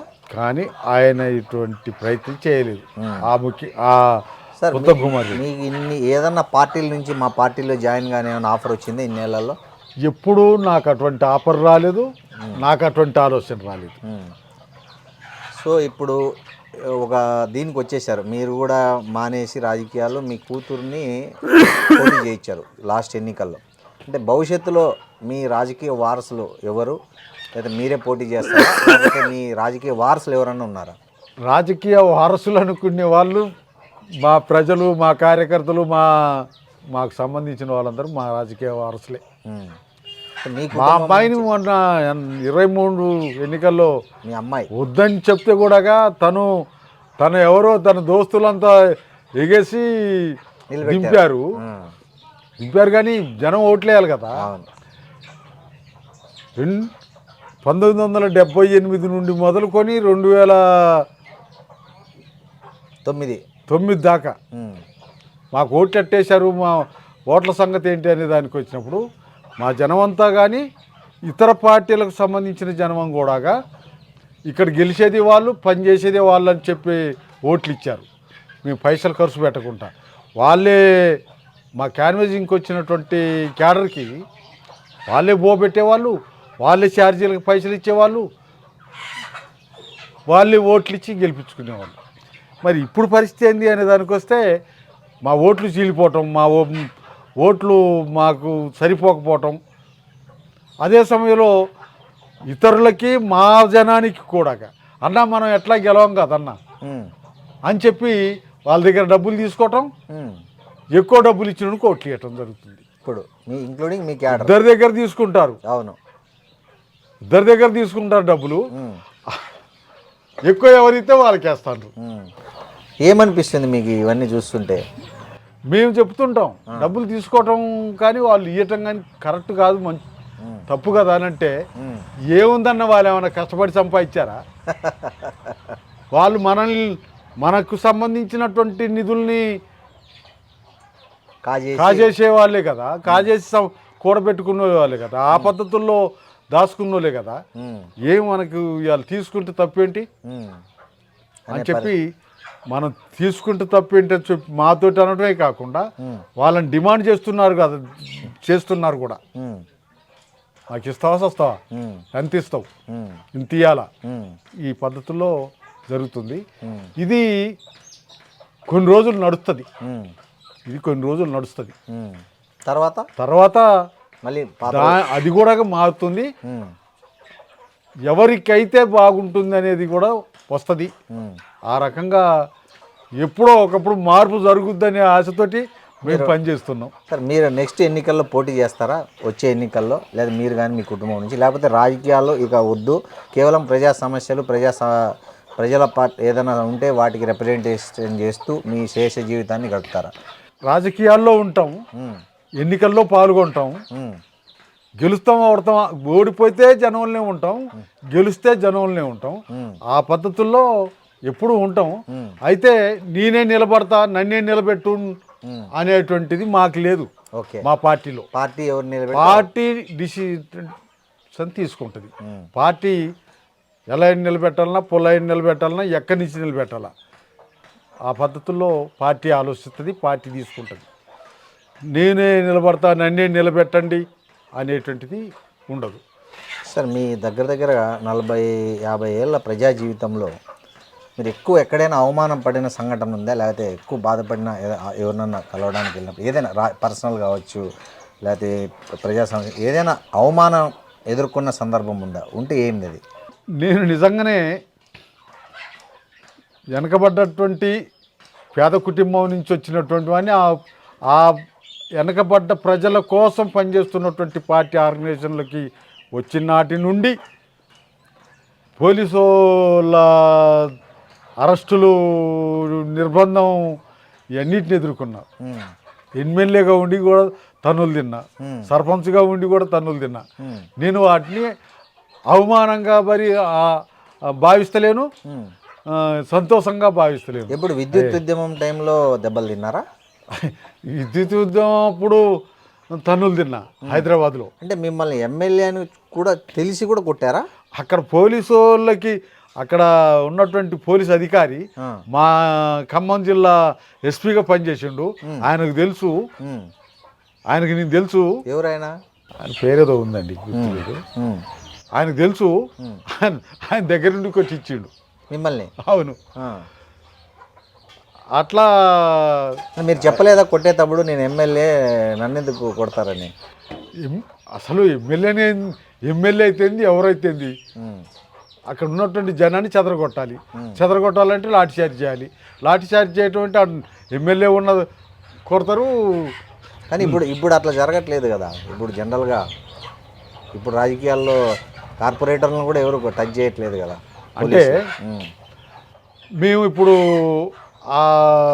దాంట్లో లేవు. 2009 నుండి ఆ రంగంలో లేవు. పొలిటికల్ పార్టీలుగా, పొలిటికల్ నాయకులుగా ప్రజా కార్యక్రమాల్లో ఉన్నాము. ప్రజాప్రతినిధులుగా మేము ఉన్నామా లేవా, మేము కార్యక్రమాలు చేస్తున్నామా లేవా అని అంటే ఆ స్టేజ్లో లేము. కానీ ఈ స్టేజ్లో ఉన్నాం, ఈ స్టేజ్లో తన్నులు తింటూనే ఉన్నాం, ఈ స్టేజ్లో అరెస్ట్ అవుతూనే ఉన్నాం, ఈ స్టేజ్లో జరిగేటివన్నీ జరుగుతూనే ఉన్నాయి. మీ అంతిమ లక్ష్యం ఏంటి? మీరు ఇంకా ఏదైనా ఒకటి గోల్ ఉందా ఇంకా మీకు ఏదన్నా? లేకపోతే ఏంటి మీ గోల్ ఏంటి చివరిగా, అంటే మీరు చనిపోయే లోపల మా గోల్ ఏంటి అనే విషయానికి వస్తే ఎప్పుడో ఒకప్పుడు ఈ వ్యవస్థలో మార్పు రావాలి, మారుతుంది, మార్పుకి అవకాశాలు వస్తాయి అని మేము ఇంకా నమ్ముతున్నాం. ఇవాళ ఉన్నదా లేదా అనే దానికి వస్తే ఇవాళ లేకపోవచ్చు, శ్రమ కష్టం ఎప్పుడో ఒకప్పుడు. ఇప్పుడు మనం వ్యవసాయం చేస్తున్నాం, దున్నాల, ఆ దుక్కిని సరిగా చేయాలా, దాంట్లో ఇత్తనాలు వేయాలా, ఇత్తనం మొలవాల, ఇత్తనం పెరగాల, పంట రావటానికి కాలం పడుతుంది కదా. ఆ పద్ధతుల్లో మా శ్రమ ఎప్పుడో ఒకప్పుడు ఫలిస్తుంది. దేశవ్యాప్తంగా ఉన్నటువంటి దోపిడీ, దేశవ్యాప్తంగా ఉన్నటువంటి పెత్తందారితనం, దేశవ్యాప్తంగా ఉన్నటువంటి ఈ నియంతృత్వ పోకళ్ళు ఏవైతున్నాయో అందులో మార్పు వస్తుంది. ప్రజలకి సమానమైనటువంటి వాతావరణం వస్తుంది, సమాజం ఏర్పడుతుంది మీరు అని మేము నమ్ముతున్నాం. మా కళ అది.